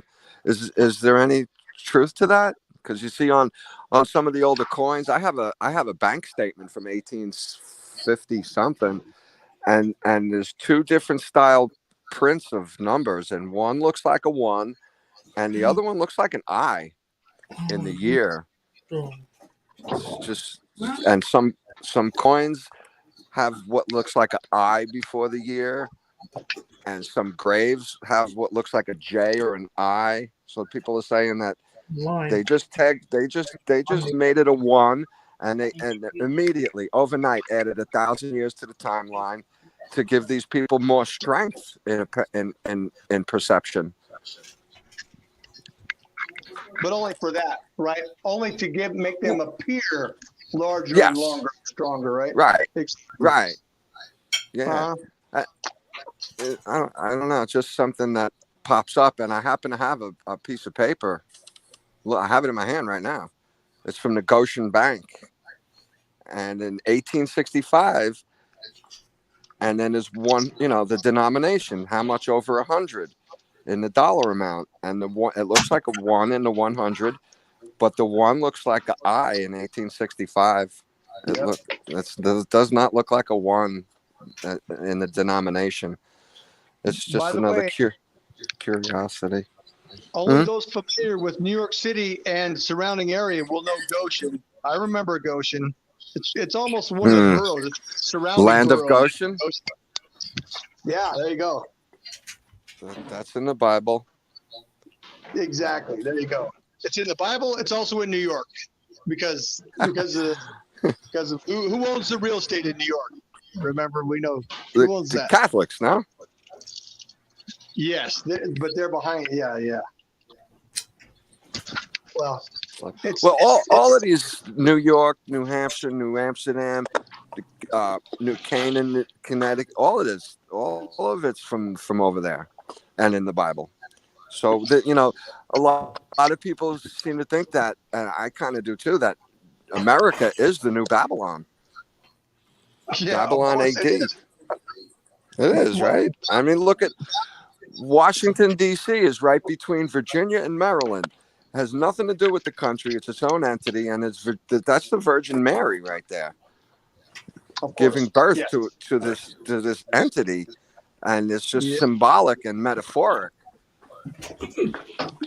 But and all the symbols of the streets of Washington, D.C., they're all the Masonic symbols. We know that. There you go. Yeah. They have almost the full pentagram, and they don't do the full pentagram because the one leg missing lets everything out of it. And if you close the pentagram, it kind of captures it. So they leave one off, and it opens like the gates of hell, sort of thing. It's very strange. And here's another. But now that we're on the topic, has anyone ever noticed that the National Mall has the same Solomon's keyhole as the Vatican? Really? Let me say that again. Everybody knows that the Vatican has a bulb at the bottom, and then it has and it extends like a keyhole, like Solomon's keyhole. Mm-hmm. Right. Well, I know what you're talking the about. National Mall in Washington, D.C. makes the same shape. Oh, yes, that's right. Yeah. And why? If you look at London, England, the city of London, there's one there. There's also one in Canberra, the capital of Australia. This shape exists everywhere the Catholics control. And we know why, because Rome is still in charge. Rob, Gene, you're connecting so many dots for me. Thank you. There you go. Love it. You know what, Rob? Keep going. Alex Jones, remember Alex Jones? He used to say, "Hide in plain sight." Oh, yeah, They hidden know in plain we sight. don't. Yeah. They know we don't. Easter eggs. It's so true. Eggs. It calls them Easter eggs. They're all over the place, right? You know, Nikola Tesla and all of his technology, those were just Easter eggs, right? They're just showing us what we know, and they live and enjoy that technology, but we'll never see it. They can't sweep everything under the rug because it would be too suspicious. We're too smart. We know things. So if they hit Tesla, people would be raising flags all over. So they put him up there to shut everybody up. That's kind of how I look at it. Like, Gene, what you said? We're working on this. Don't worry. We're working on free energy. Don't worry. We got it. Tesla died. Sorry. It's a psyop, right? It's a psyop to keep the smart ones quiet, right? To fool people enough to keep them quiet. There you go. Yeah, to kind of appease people. Yeah. Gene, what do you think of this? When an actor or a rock and roll star, a pop star, for example, reaches a certain level of greatness, they're invited to come move into the outer world, into the upper world, okay, what have you. And they fake their death here in our world and then move out into that world. Exactly. Elvis, Jim Morrison. Maybe the deep underground. Yeah, Michael Jackson. Bases. Yeah. Right. Jim Morrison. Yeah. Jimi Hendrix. Kobe Bryant. Yeah, everybody. All these people. And how many of these people are how many of these people have direct connections to the 3-letter alphabet soup going on in Washington also? Of course, man. Yep. A lot of them. And Rick, a lot of them. right there. They're invited. Now, here's another concept: witness protection program. They can check anybody, and anybody can disappear and go anywhere in the world.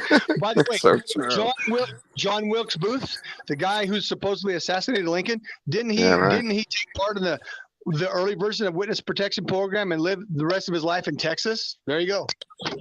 Yeah, isn't that what really actually happened to Elvis? He went into the witness protection program instead of dying. I heard he was. Yeah, also it also makes them a legend, and it sells a lot of CDs. So it also, they could be just here living their life of as somebody else. Could be also. So or maybe they are going to some other place. So. You mean like the crew of the Challenger? Ah. Yeah. Oh yeah. Living a life somewhere else, right under our noses. Yeah, right in front of us. They're all teaching law at Cornell University, for example. That's what they're doing. No, that's what they all have twins. I was going to say that. Yeah. They all got twins. They all got twins. And get this, none of the twins was at either of the funerals. Right. Yeah. I was also a twin. Yeah. So. Yeah. Exactly. We're getting. If it's speaking about twins. Ain't that some shit? Where's Mark? Because we got hoodwinked into the age of deception. Yeah. Exactly. We dead. But what? Mark takes weekends and always spends the weekend with his family. His family are non-believers. They are not flat Earth acceptors. So he has to balance his world between their world and ours. Yeah, That's so smart. do I. Yeah, so you know what I'm talking about, Gene. Yeah, I don't think I know anybody too close person. Maybe one friend or two. I have a friend. She might be out there. Hi, Joanne. Except for like one friend, I don't think I know too many people that are really on board. I can have a serious. No, it's all kind of me saying things and them going, "Wow, oh, really?" Well, anyway. I'm blessed. I have a wife that believes in the flat Earth. God bless her. And without that, I wouldn't wear my flat Earth belief on my sleeve the way I do. Woo! That's hard. Yeah. Yeah, good for you. I do. I don't care. I don't care what people think of me, because you know what? I could be the nicest guy, and I walk away, they're gonna talk shit about me anyway. So let them do what they want. That's right. It has nothing. People are going to talk about you no matter what you do. That's so true. So I bring it up anywhere. I don't care. I learned not to care at a real young age about certain things and how people feel about me. Most of them go to your church. Oh, I bet. Now, Most of the backstabbers are going to church. That's what I'm saying. I'm laughing. You know what's the best way? You know what's the best way? Apart from your really close friends and family, you should care a crap about anybody else, what they think, what you think about anything. So I think be so successful in your fucking life that the people that you shouldn't care a crap, and that the people should understand that the way of life you live, and whatever you think about the shape of the earth, or whatever is your views about anything in the world, they gotta respect, because you are freaking successful. People, that's what affects people a lot. So if you are living your life, you just give me goosebumps. What? Vikka. What kind of car? I said you just gave me goosebumps, Vikka. Never let an astronomical ideology come between a relation. Exactly, because go ahead, continue, Kevin. Relation is priceless. People are exactly. That's important. Interpersonal relations are most important. Who cares about economy, politics, national boundaries? People are from the Creator. That's what matters. I tell people I have a God flag. That's it. End of story. Okay, well said. Yes, that's all I want. And by the way, isn't that what the Confederate flag means? Does it? I don't know. I'm not into flags. Well, that's what Confederate values are: love for God, love for all fellow men, respect for women, and good business. There you go. I love it. That's all I want. I work with a guy who's a Marine. Now, I don't say ex-Marine because there's no such thing. The level of indoctrination that Marines receive makes certain that there's no such thing as an ex-Marine. But this guy is a flag-waving, what would you call him, patriot. Okay. So we're driving down the road together, and he sees a flag that's been chewed up or out in the weather or doesn't have a light on it. It literally angers him. Yeah. Now, don't get me wrong. He's not a total flag-waving idiot. He knows that he'll tell you in a minute, you could burn the flag because he fought for that right for you to do so. Pray for him. He doesn't have to like it. He's not going to like it. In fact, this guy's a Marine. I wouldn't burn a flag in front of him if I was you. There's power in prayer. Just pray for him. Right. Nick, as long as he accepts the Confederate flag. If he doesn't, then he's not a true patriot. And he probably doesn't. He does. Yeah. Oh, does he? Okay. Well, good. As long as he knows what the Confederate flag means. It's a battle flag. It's not the flag of a nation or anything like that, like people think. Well, it's a battle flag. In fact, Rob, are you familiar with the all-black flag? I mean, no white at all, no red. The all-black flag. You familiar with the designation? What that means? No, I don't. That means no retreat, no surrender.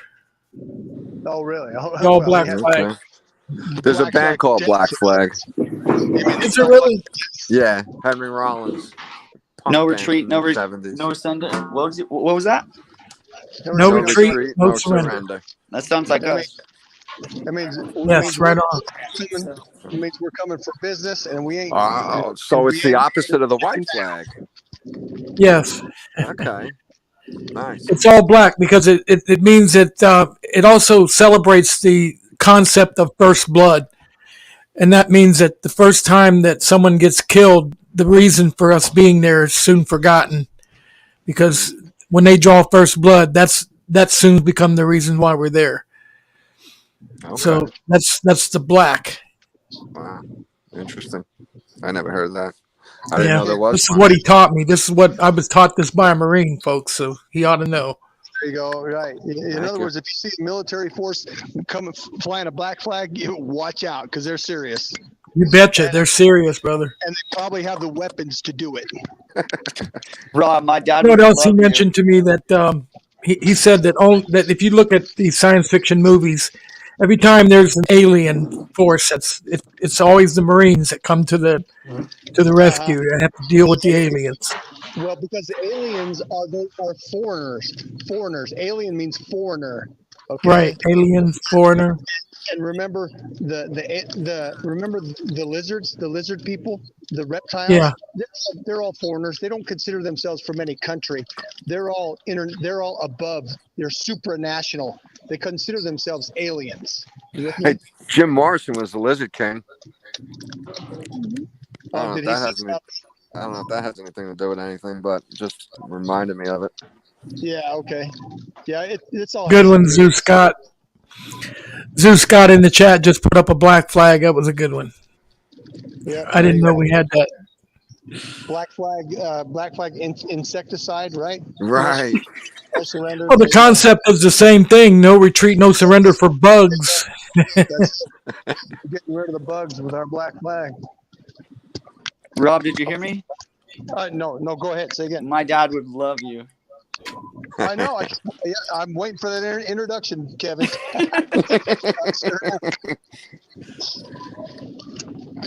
Anytime. And by the way, is he in Albuquerque as well? No, Absolutely. Say good, Kevin. Is he in Albuquerque? No, sir. No. Oh, he's somewhere else. All right. Well, yeah, and did you say that is he one of those others that can't accept this new idea of flat Earth like most of our fathers cannot? Is he the same way, or is he coming around to it? I red pilled my whole family. Oh, really?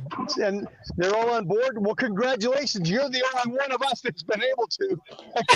Good on you. Don't give yourself limitations, like we said earlier. There you go, right? And we well said, we should not.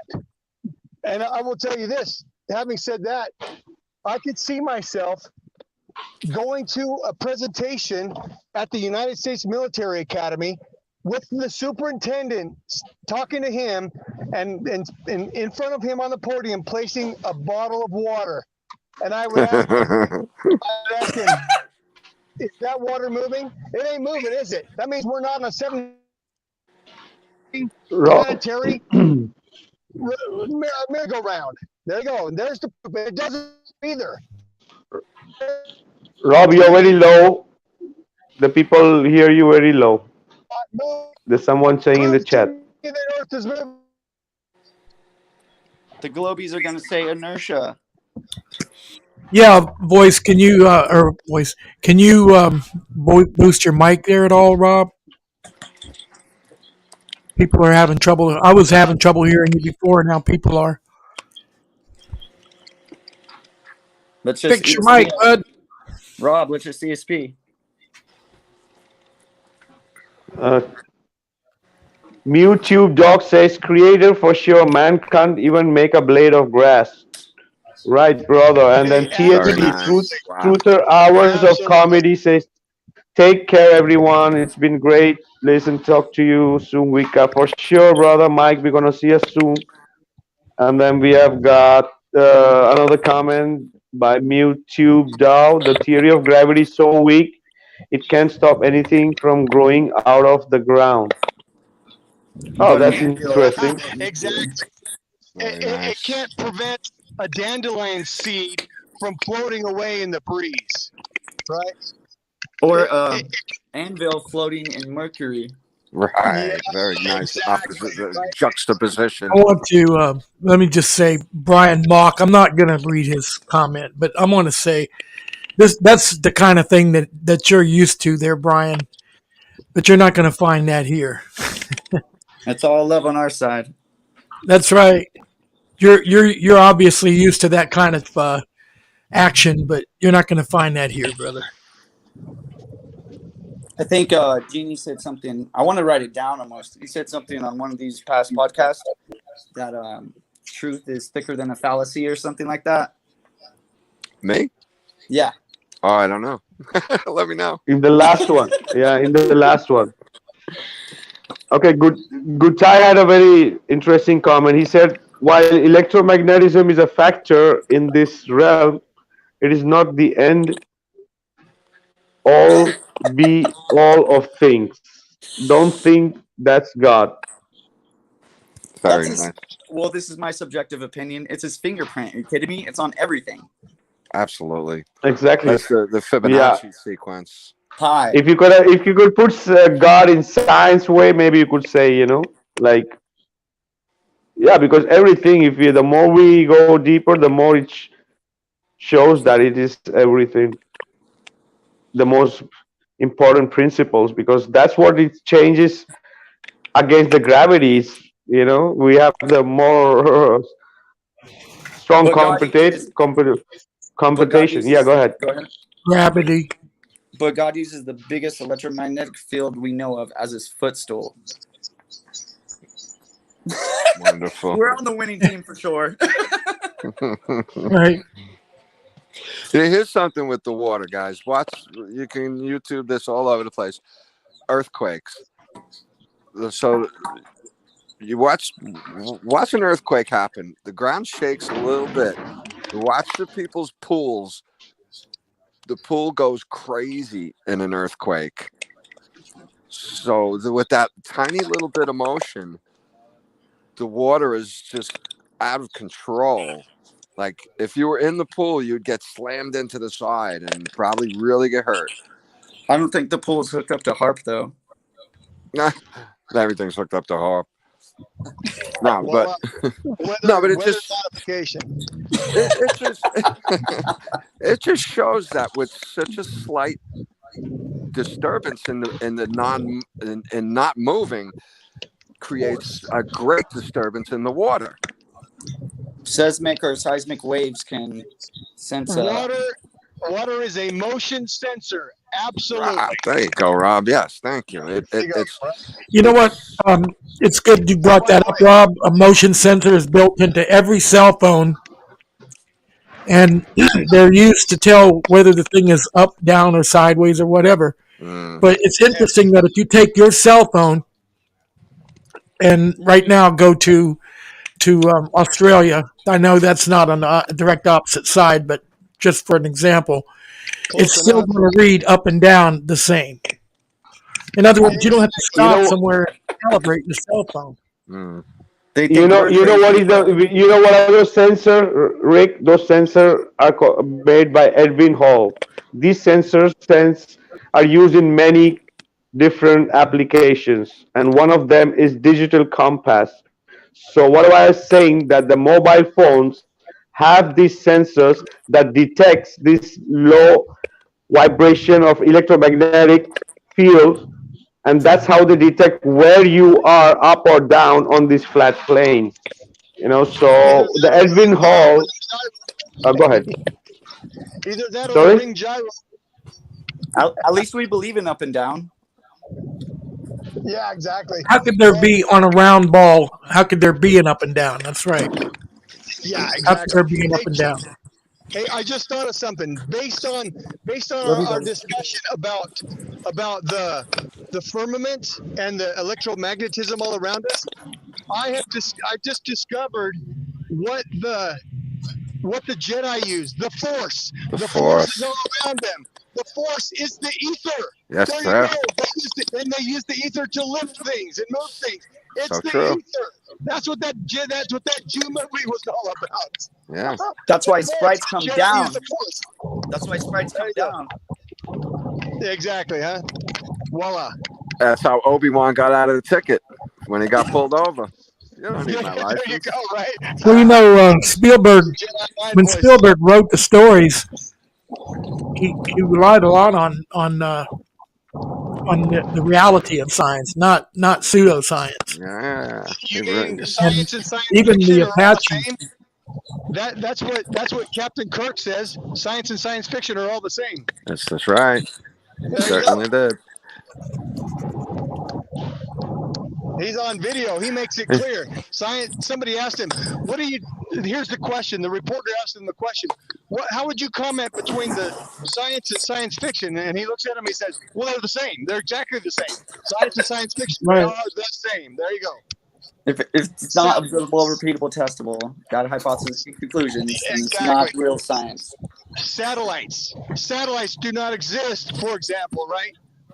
They look up the definition of a satellite. There isn't one. There is not an operational definition of a satellite. It came from a science fiction book that was written by a Mason. Yes, exactly. Right. Yep. It sells science fiction. Just like everything else. It sells a lot, so that's why they cling so much to the science fiction, the fake one, because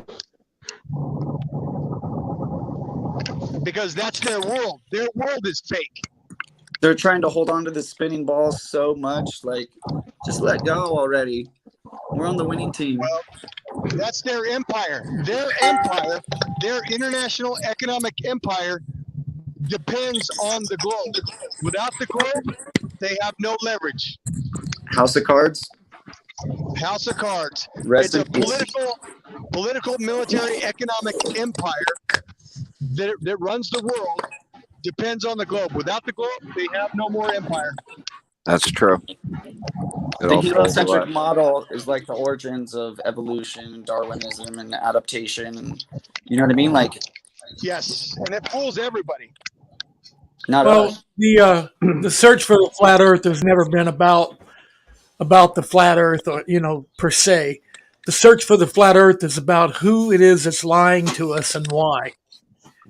That's what it's always been about, because they're the liars, they're the controllers. You find out who's lying to you about the flat Earth, and you're going to find out about the whole shebang. All of it. Origins of the Federal Reserve. There's a great book called "The Creature from Jekyll Island." Explains that real nice. Ooh, that's I've read that. Thank you so much, I've read that.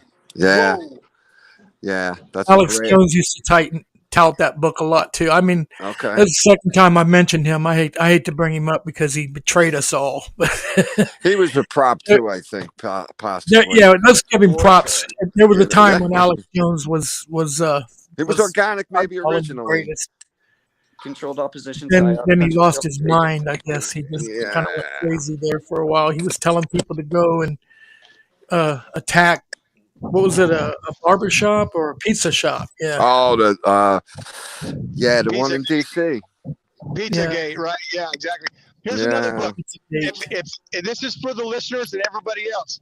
If anybody reads The Creature from Jekyll Island, the next book is The Myth of German Villainy. Okay, read that one next. Or read that one first. The Myth of German Villainy.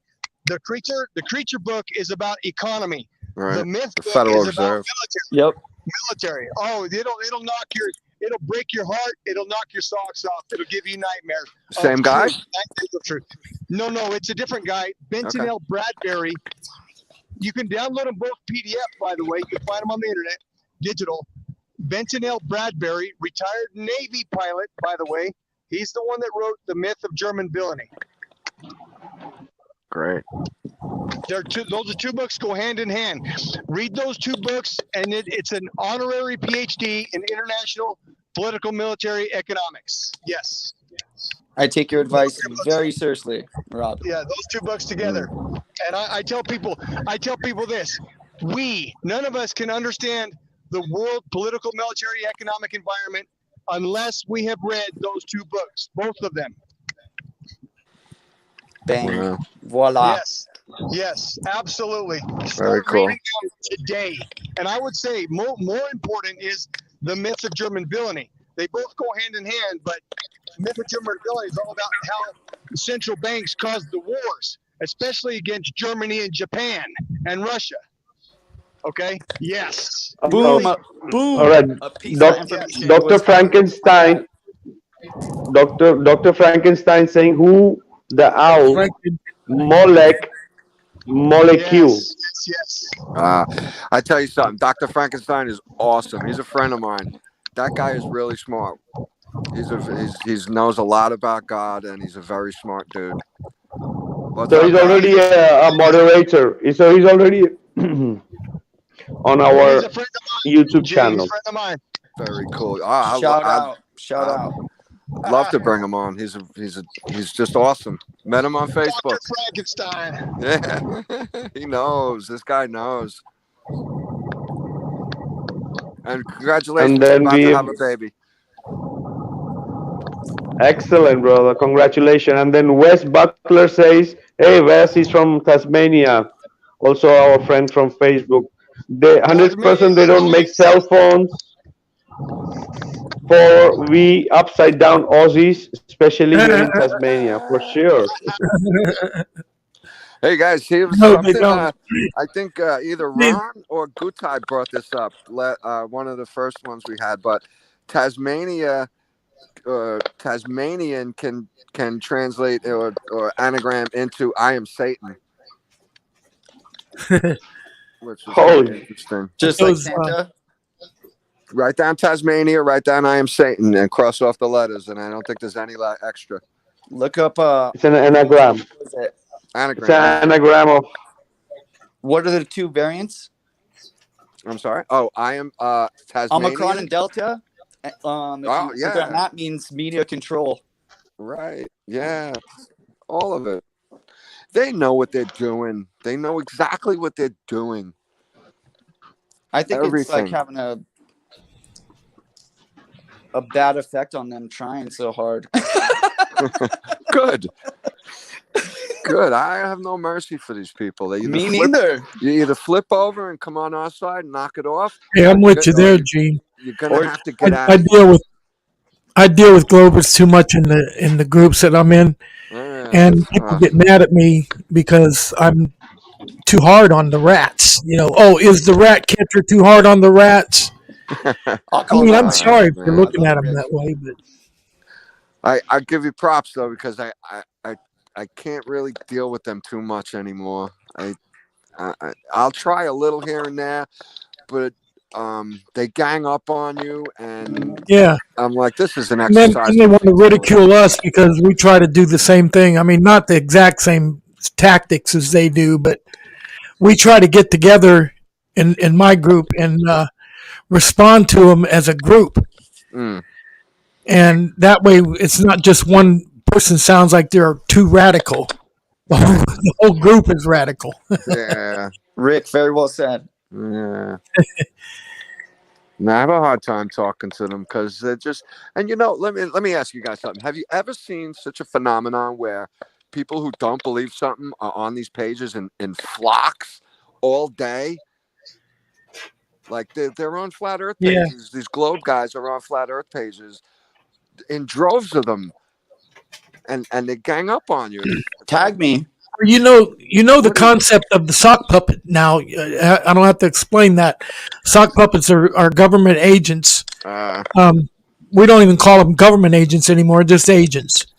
They can control up to 10 accounts each. Right. And farms. Yeah, from what I hear, what they do is they gang up on you. Each person can control up to 10 accounts.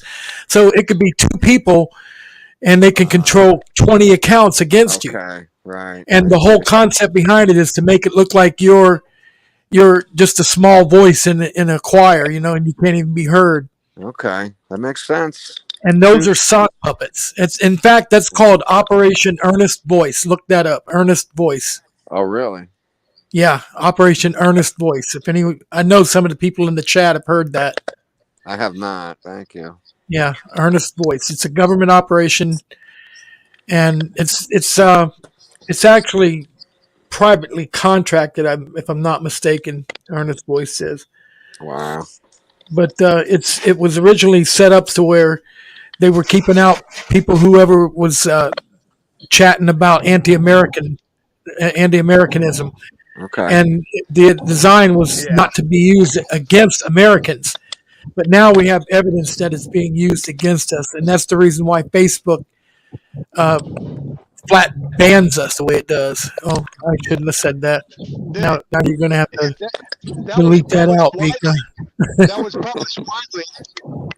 That was published widely that they now have the authority to operate inside the United States against U.S. citizens. Correct. Right. Dang, Rick, you're going to take me down a rabbit hole tonight. That's right. It's going to be By my the way, fault too. Black flag for Globers. That's what we're saying. Black flag for them. Yep. What I would say is just avoid the Globers in Facebook chat because it's a waste That's of the time. best. It is. Yeah, just Yeah. ignore because nobody's worth your time. Of if you okay, maybe in the beginning sometimes you want to, but it's useless because they just want to trigger you and report and all this shit. So it's not really the best way. How Right, we are Victor. doing and our videos or how we do and our documentaries is the best way because they don't have way. They're gonna continue with the same That's right. crap. Just bullying, We're few all comments going here to and have there. great That's it. grandkids. We're all going to have great grandkids one day, or grandkids, and they're going to look at us and they're going to say, "What did you do when all that crap was going on there, Grandpa?" And at least we're all here going to be able to say, "Well, we tried. We did started something. it. We did all things in love, not some. We did everything we had in our power. Even though all it was get together and voice the fact that we don't like it. At least we did something." Well, here's what we did. We got a bunch of guys together. We followed a guru from Spain named Vikka Draziv, and we made a bunch of pronouncements and publications, documentary, Yes. etc. That's what we did. Yes. Things that are probably still be around by then too. Oh, for the record, shout out to my mom because she's actually downloading all of these onto a hard drive and her laptop. Yeah. Nice job, Mom. Thank you, Cool. Mom. Thanks, Mom. Excellent. cool. Thank you. That Shout out to says my a And you lot. know Thank how you. hard that is to get through to moms. I don't know if you. Yeah, Guess what? it's not My easy to mom get goes through to forward. moms My because mom they're is in set in their tune. ways. Mm-hmm. My mom is in tune with the Holy Spirit. She knows all about it. Honor thy father and mother. My mom flat thought I was crazy when I first told her the Earth was flat. She was like, "I know, son. You've always been touched."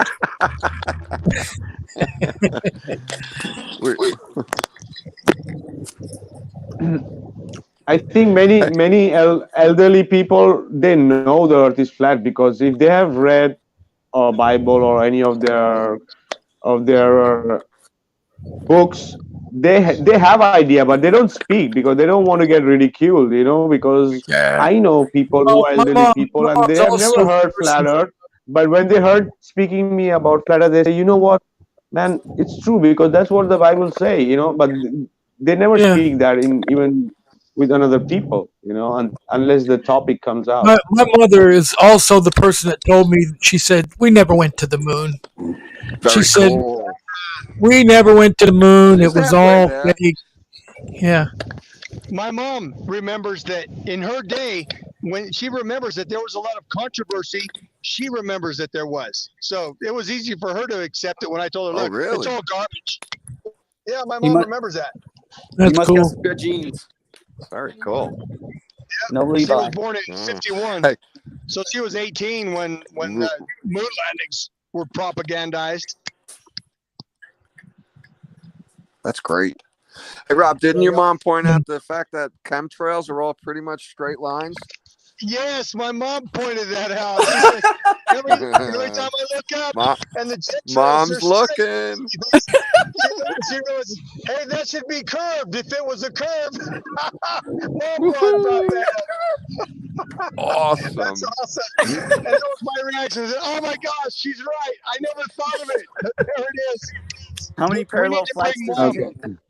We need to bring Mom on one of these shows for that reason and let her, she's a guru, My mom would. My Yeah, mom would make me exactly. look dumb. There you go, huh? Carl Fletcher Well, my says, mom was my father told me that we have an ice wall. He was in the Navy between the Korean and Vietnam conflict. Wow. Interesting. Very. wow. My mom was also full-blooded Apache, and her dad, my grandpa, was a shaman. Um, Shaman doesn't mean necessarily holy man. The definition for the word shaman is one who has seen truth.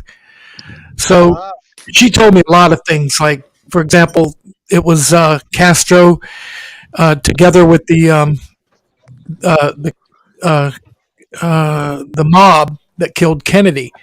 And she told me this right back there while it was all happening. Immediately, Really? she told us all this.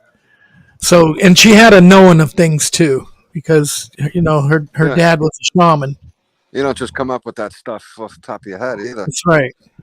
Wow. That's I right. never heard that. That's interesting.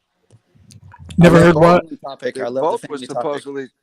They were both those people were supposedly trying to come off the gold standard back into gold, or the oil standard back into gold, and pull the strength out of the Fed. Yeah, that's what really killed Kennedy was the fact that he was messing with the dollar standard. Mm, That's why they really killed him. I think we all know that. yeah. It's just that no one wants to admit it anymore. No one wants to stand up and publicly admit that Kennedy was murdered by the mob and the government, and actually all three that we were told as we were learning about this conspiracy theory stuff. We were told that it was Castro, Cuba, and the mob that killed Kennedy, but put the government in there, and it was a soup that put together against him.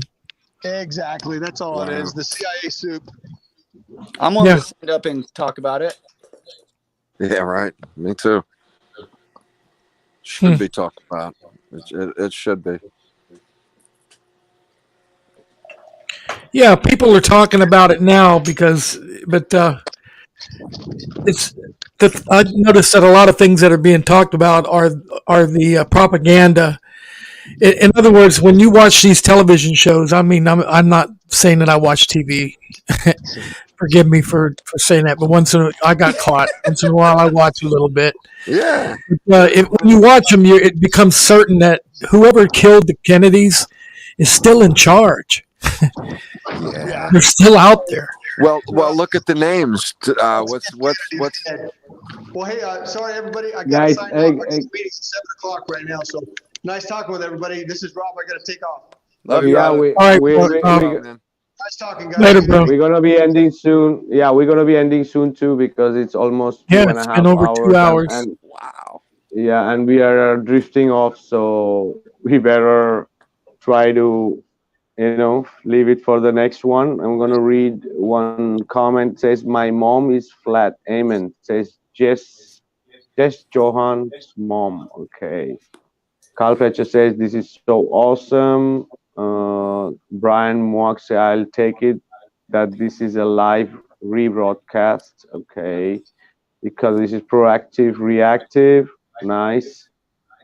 All right, guys. So let's have our last thoughts, and we will leave it for our next show. Yeah. So go ahead, Rick or Kevin. Good, Kevin. Rick, you've done an amazing job tonight. You connected a lot of dots for me, my man. I really appreciate you speaking. That's cool. Thanks, brother. Shout out to all of you guys, though. Right back, bro. Thanks, Kevin. Was glad to have you, brother. So it's good to know you'll be joining us more time. So it was great. Yeah. Thank you. It's an honor, brother. Rick, brother.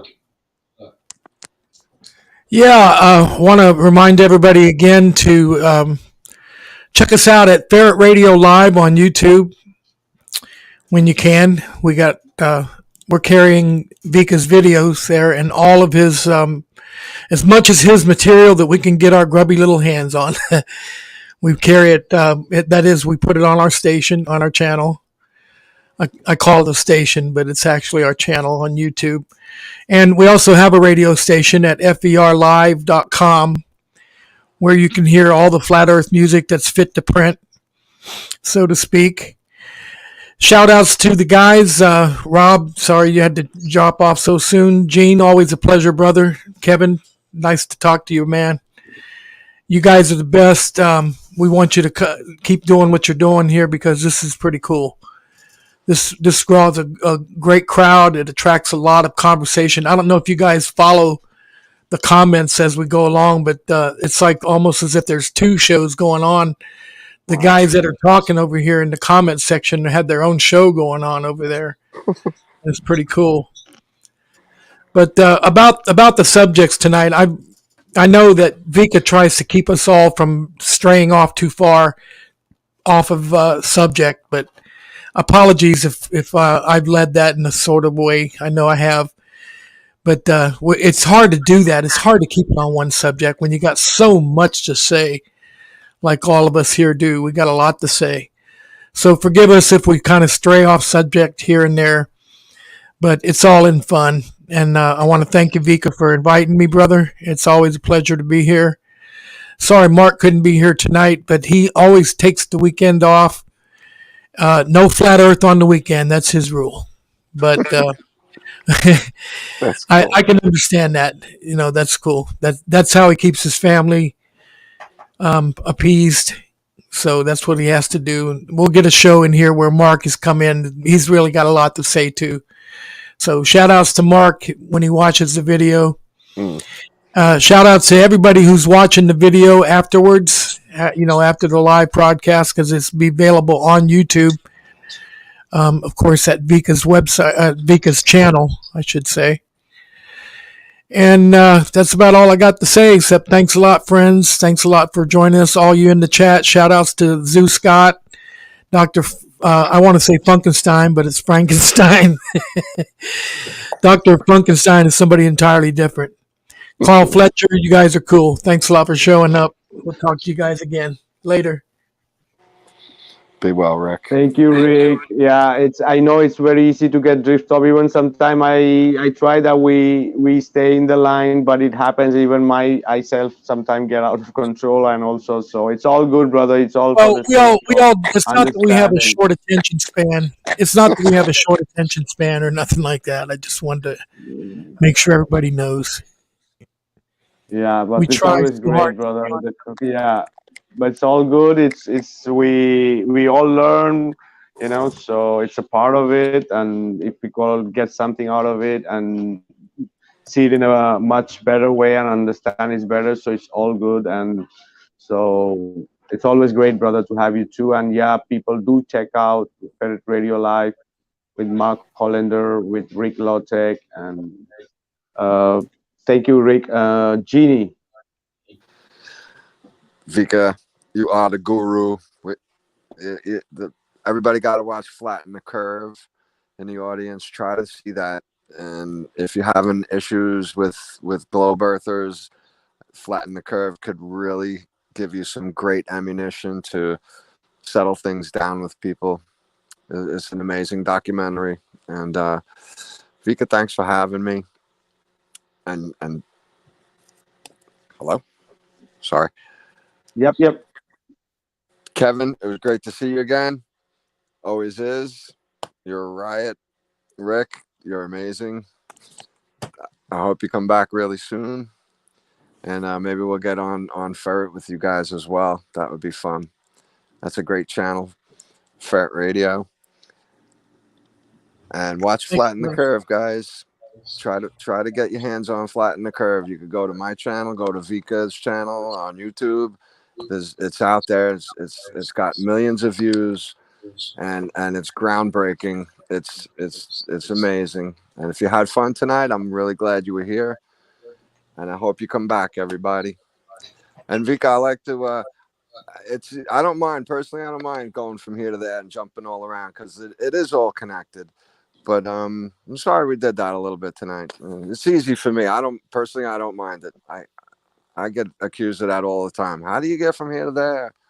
Like, give me a second. I can explain this. I can make this work.